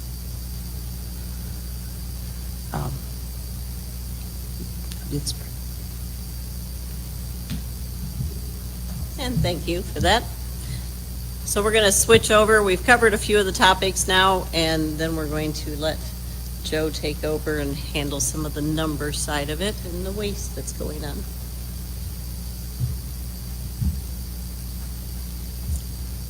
Time to talk about the money. They want lots of money. These are the unilluminated facts of what's hiding in their system. For those of you who don't know, I've been around here for 36 years. If you're not a numbers person, if you are a numbers person, I'm going to go too fast. You can read the numbers later. If you're not a numbers person, don't worry. All I want you to do is see the trends. How did we get here? Proposition A, 1994, trying to level the amount of funding for students across the entire state. Midland had a big industrial base, so we were able to have a lot more funds. We lost that access. They tried to mitigate it, didn't work. Then we went to sinking funds. 1994 was the first sinking fund. And then in 2002, sinking fund is not a bond. Sinking fund is a pay-as-you-go structure. They collect the taxes and then they spend it. So when Midland Public Schools says we have not had debt in decades, it's true, because this isn't debt. You have collected the money first. Big difference. We failed to fund the third sinking fund in 2013, mostly because of bad behavior on the first two. The first sinking fund, the very first thing they did was put a University of Michigan quality football field into the stadium. It annoyed a lot of people. That was my first letter to the editor, being annoyed with that fiasco. Anyway, Midland shrank, didn't do anything for 2 years, fell behind, and then had to go big in 2015, $125 million, $15-year bonds. And now we're in 2025 for $285 million, and it's now 25 years. Again, Proposal A was trying to level the field and couldn't live within our means, and everybody in the state was trying to do a workaround. Most people went to sinking funds, and then some moved on to bonds. Many are still doing both sinking funds and bonds simultaneously. Why did all this happen? In the 2010s, we lost population, so the per student income went down. We shut down 5 elementary schools instead of 4, and they didn't buy a lot of stuff because they didn't have extra funds in 2013-14. In 2015, we paid to tear down 4 of the 5 elementary schools, and with every school bond series, there were 3 series in the 2015, early, middle, and late, they bought buses. That'll matter in a minute. Now they're going to go big, 2 new buildings in the midst of, I would call it, economic uncertainty, and they're, again, going to buy buses with the 4 series that are in this one. Quick aside, a bus lasts 6 years, and then they get rid of it. It's basically worn out. We have been financing buses with bonds. So we are essentially financing a short-term object with a long-term debt and wasting all that interest, which goes to nothing for the students. They're doing the same thing with cables, wires, networks, servers, routers, Chromebooks, they last 5 years. They throw them away. They're worthless. We're paying for them with 15-year money right now to finish the 2015 bond, and we're going to do it again with 25-year bond debt in the next bond. You have to go through with this. Ballpark numbers, we're wasting $30 million in interest for things that aren't even there anymore. Quick update as to where we are right now, before the election. This is the 2015 bond. We have gotten to the point where we are going to be getting less of a bill for the 2015 bond. You are entitled to this discount. And that's what's going on right now. This is the official bond, all the language in the official bond, ballot. And nowhere in there does it say, we're going to build a school, we're going to build another school, we're going to tear down a school.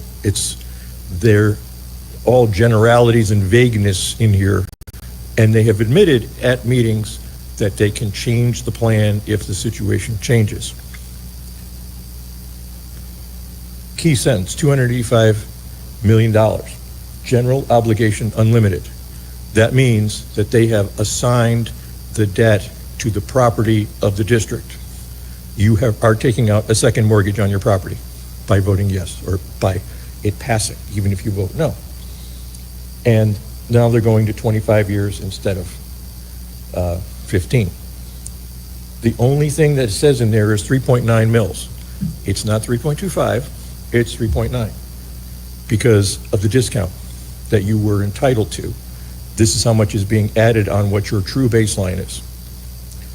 That's the only interest or millage that they're required to state, because everything after that is an assumption.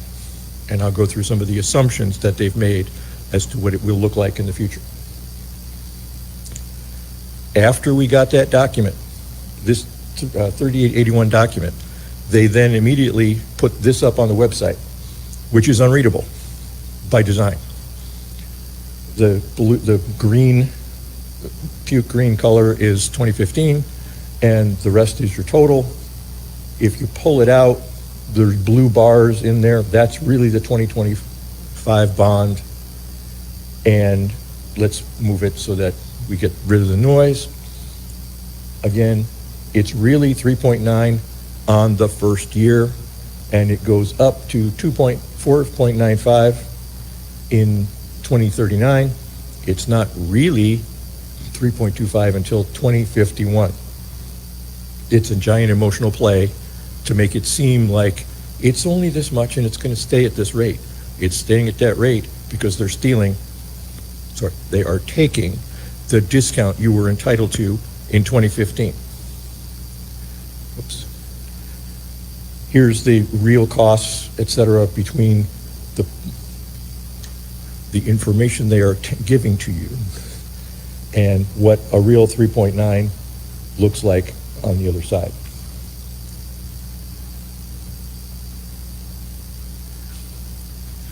Anyway, we got the 3881. It had a lot of other facts in it. They're believing they will get a 4.75 interest rate on all 4 series over the next 9 years. If that is not achieved, the millage rate will go up, you will pay more. Period. They're going from 15 years to 25 years. Why is it a benefit? Well, because it looks better. It's like buying a car. What do you want your payment to be? Well, we'll charge you this many years so your payment is down at that level. That's really what they're doing. By making the switch from 15 to 25, they're wasting $88.5 million of interest, which does absolutely nothing for the students. It just makes it sound better. Just to be clear, again, from the state documents that MPS created and submitted, total cost for this whole thing, with the assumptions, $428,333. And so we're 97% of the way to $500 million. So we're just going to call it $500 million. Another assumption, the Midland tax base will increase 1.65% annually for the next 20 years. If it does not achieve that goal, your millage is going to go up. This affects everybody. Rentals, everybody will feel this bond if it does go through. This is taxable value oscillations over the last few years. The red is a 5-year running average. You notice it spends a fair amount of time below that orange line, which is the 1.65 assumption. Matter of fact, we have not achieved 1.65 in 7 of the last 10 years. So, they like to talk about the part of the iceberg above the waterline. There's a whole lot underneath the waterline that they don't talk about, etc. This is the financial state of Midland Public Schools. The green is the income, the red is the expenses. Notice green is bigger than red. And that blue line is their general fund or a reserve. Let's look at that a little bit bigger. The reserve has been growing dramatically. It used to run in $7 to $14 million range. They're now up there at $34 million. They've got a $20 million increase in that holding that they have not been spending the money on. It's been sitting on the side, generating interest, we hope. But all the things they talk about being important, security, muddy playgrounds, etc. They haven't been doing it. And there's a pool, buy buses with money that's not costing you lots of money. And so MPS behavior looks like they're deferring and they're trying to push everything they possibly can over to the side, have this big reserve so their credit score looks better, hoping for a better interest rate. But they're not doing the things that they say are important. So, why am I here? What happens if we keep doing this 25-year bonds every 10 years. The MPS board has already said, we will be back. Maybe it's in 7 years, maybe it's in 12 years, maybe it's in 10 years. But we are going to still be paying this bond when they come back. And it will be at a higher rate than the 2015 is if we do this in May. So it's stacking things up. They compare themselves to a lot of elite schools and say we have a lower millage than they do. We're on our way to achieving what they pay. So here's the same cartoon I had before, expanded up a little bit. The orange is if they put a 2035 bond on top of what's left of 2025, we're going to be at about 8 mils. If they do it again 10 years later, putting it on top of the back of a higher baseline again, they're going to be up near 10 mils. So really, we're in perpetual bondage for this system that they're setting ourselves up for. We've done it once. We don't need to do it a second time and get them addicted to this behavior. Also, again, they shift everything they can to the bonds. They're pushing buses, laptops, infrastructure, roofs. Roofs is maintenance. I mean, that's just what it is. It's a roof wears out in 20 years. It's in the warranty. They talk about it all the time. It's not like you didn't know it was coming. Again, we'll be back. This is what I call the ghost bus.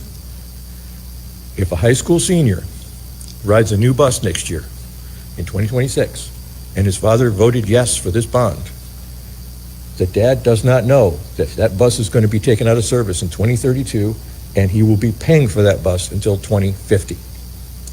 Every bus, all these buses become a ghost for 19 years on the books and we keep paying for it. Wrong way to do this. I have to say this because I'm old. Furniture doesn't fix proficiency. I learned on a desk that had an inkwell hole in it. It was from the late 40s or maybe early 50s. I learned on it on the 70s, and my little brother learned on it in the 80s. And we could read. So now we got Central Park Elementary, latest and greatest, minimal walls, open floor space, noise all over the place. Architectural awards, no improvement. It's one of the worst proficiency schools in the system. So we need to learn how to teach. Hardware and buildings, shiny buildings don't fix it. Again, we're mortgaging the future. A colleague was talking about the bond with my wife, and their 11-year-old son overheard the conversation on the speakerphone. And the kid interrupted Mom and said, "Mom, I will be 45 years old when this is paid off." That's older than the mom was. This is ridiculous. This is generational indebtedness. Now, of course, we can be at least grateful that the 11-year-old can add numbers in his head. So he's already ahead of most. Adding insult to injury. The very first series of the bond that passes, the school is going to take back at least $70,000 or $71,000 to pay for the election that they're imposing upon us, obviously assuming it passes. And then we're going to pay $50,000 worth of interest because it's, again, 25-year money. So, it makes no sense that they're doing it with these methods to do things that are transient. Again, it's too big. There's lots of assumptions built into this, which may or may not come true. We will be in the elite class of debt if they go and do this again after this, and they're paying for a lot of consumables. It's like financing your car for 35 or 40 years. But don't read Consumer Reports before you buy the car. Oh yes, I can be sarcastic. This is what I consider the bond to really be, is a giant beast with all of these heads, and those are all the major issues that are hiding inside this bond. And then it says, be quiet, Joe. So now to look at how this is going to impact us and why this election's important. Most of our elections that we go to every 2 years, they're either for a 2 or 4 year period, maybe a 6 or 8. This one's going to affect this community for the next 33 years. So this is why we're making such a big deal about trying to get information out, because we want people to understand the impact that this will have on us. Special elections, as you may know, they count on low voter turnout.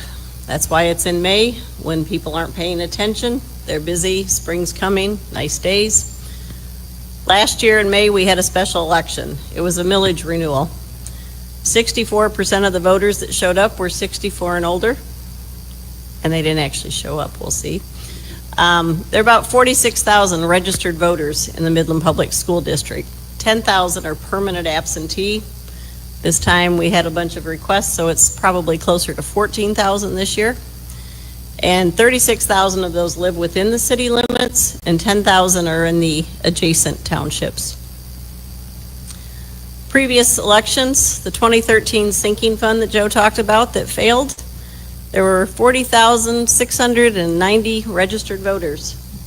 You'll see that 2,304 of them voted no, and 2,081 voted yes. So that was actually defeated with only 10% of the registered voters casting a vote. 90% never even let their voice be heard.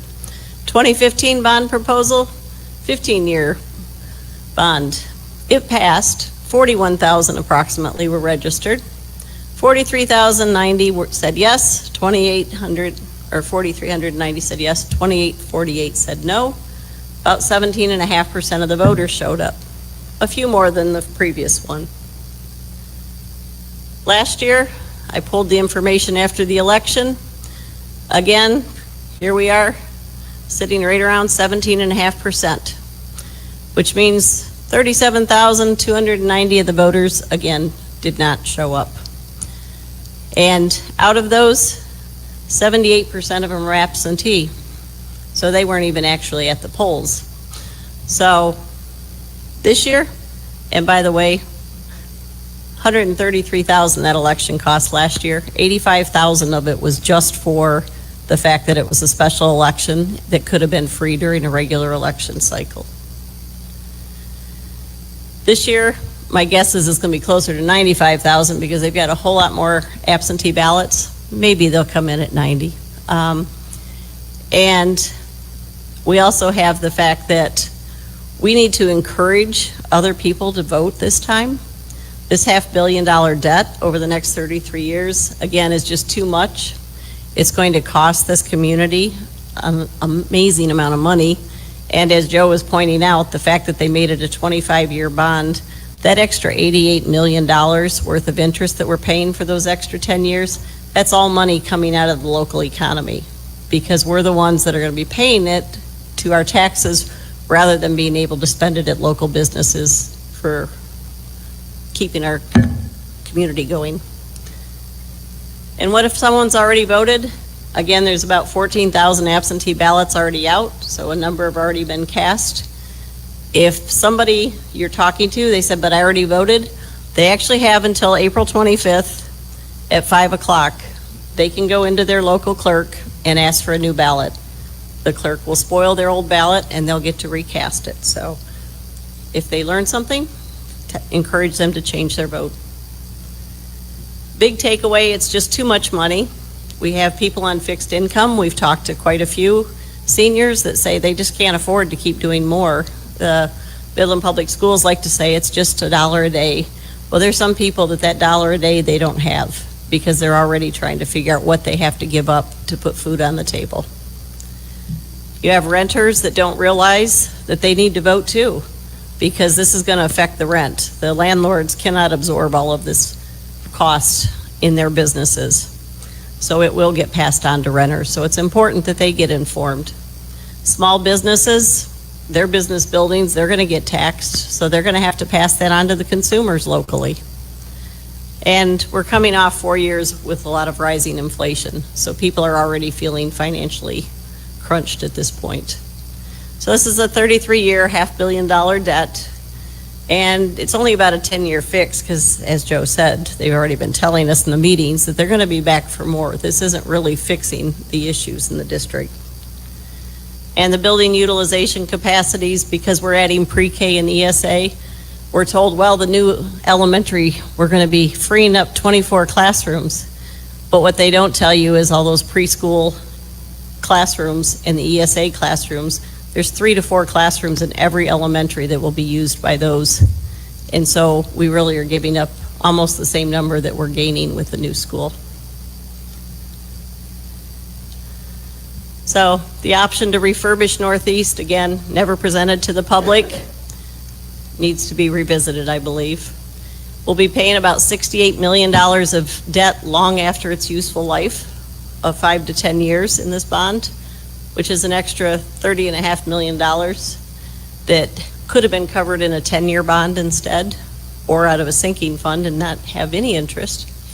We could have absorbed a lot of that. And had this been a 15-year bond again, $88 million in interest this community is going to lose. So our silence is our consent. The silent majority will not make things happen and change this for the better of the future of our children and grandchildren. This election has a much longer impact, as I said. It's going to be 33 years on this community for just this bond.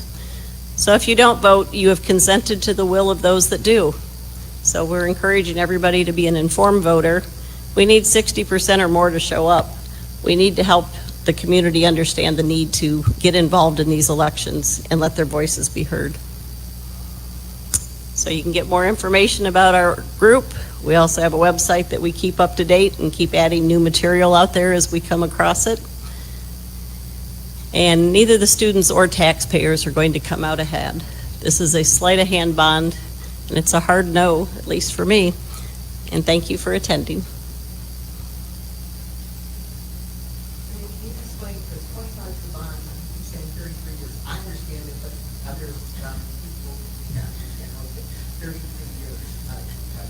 Okay, a 33-year number that we're using. Each series in this bond is for 25 years. This bond is set up to be 4 series. So every time they start a new series, starts a new 25-year window. So they're going to be moving from the first bond goes out 25 years. The second bond's another 25 from that point. So you don't actually start that 4th series until about 9 years in. And so you're adding the 25 around the 8 to 9 year mark. So it'll be 33 years from the first series being issued until the last series is paid off. So that's why it shows as a 33-year bond.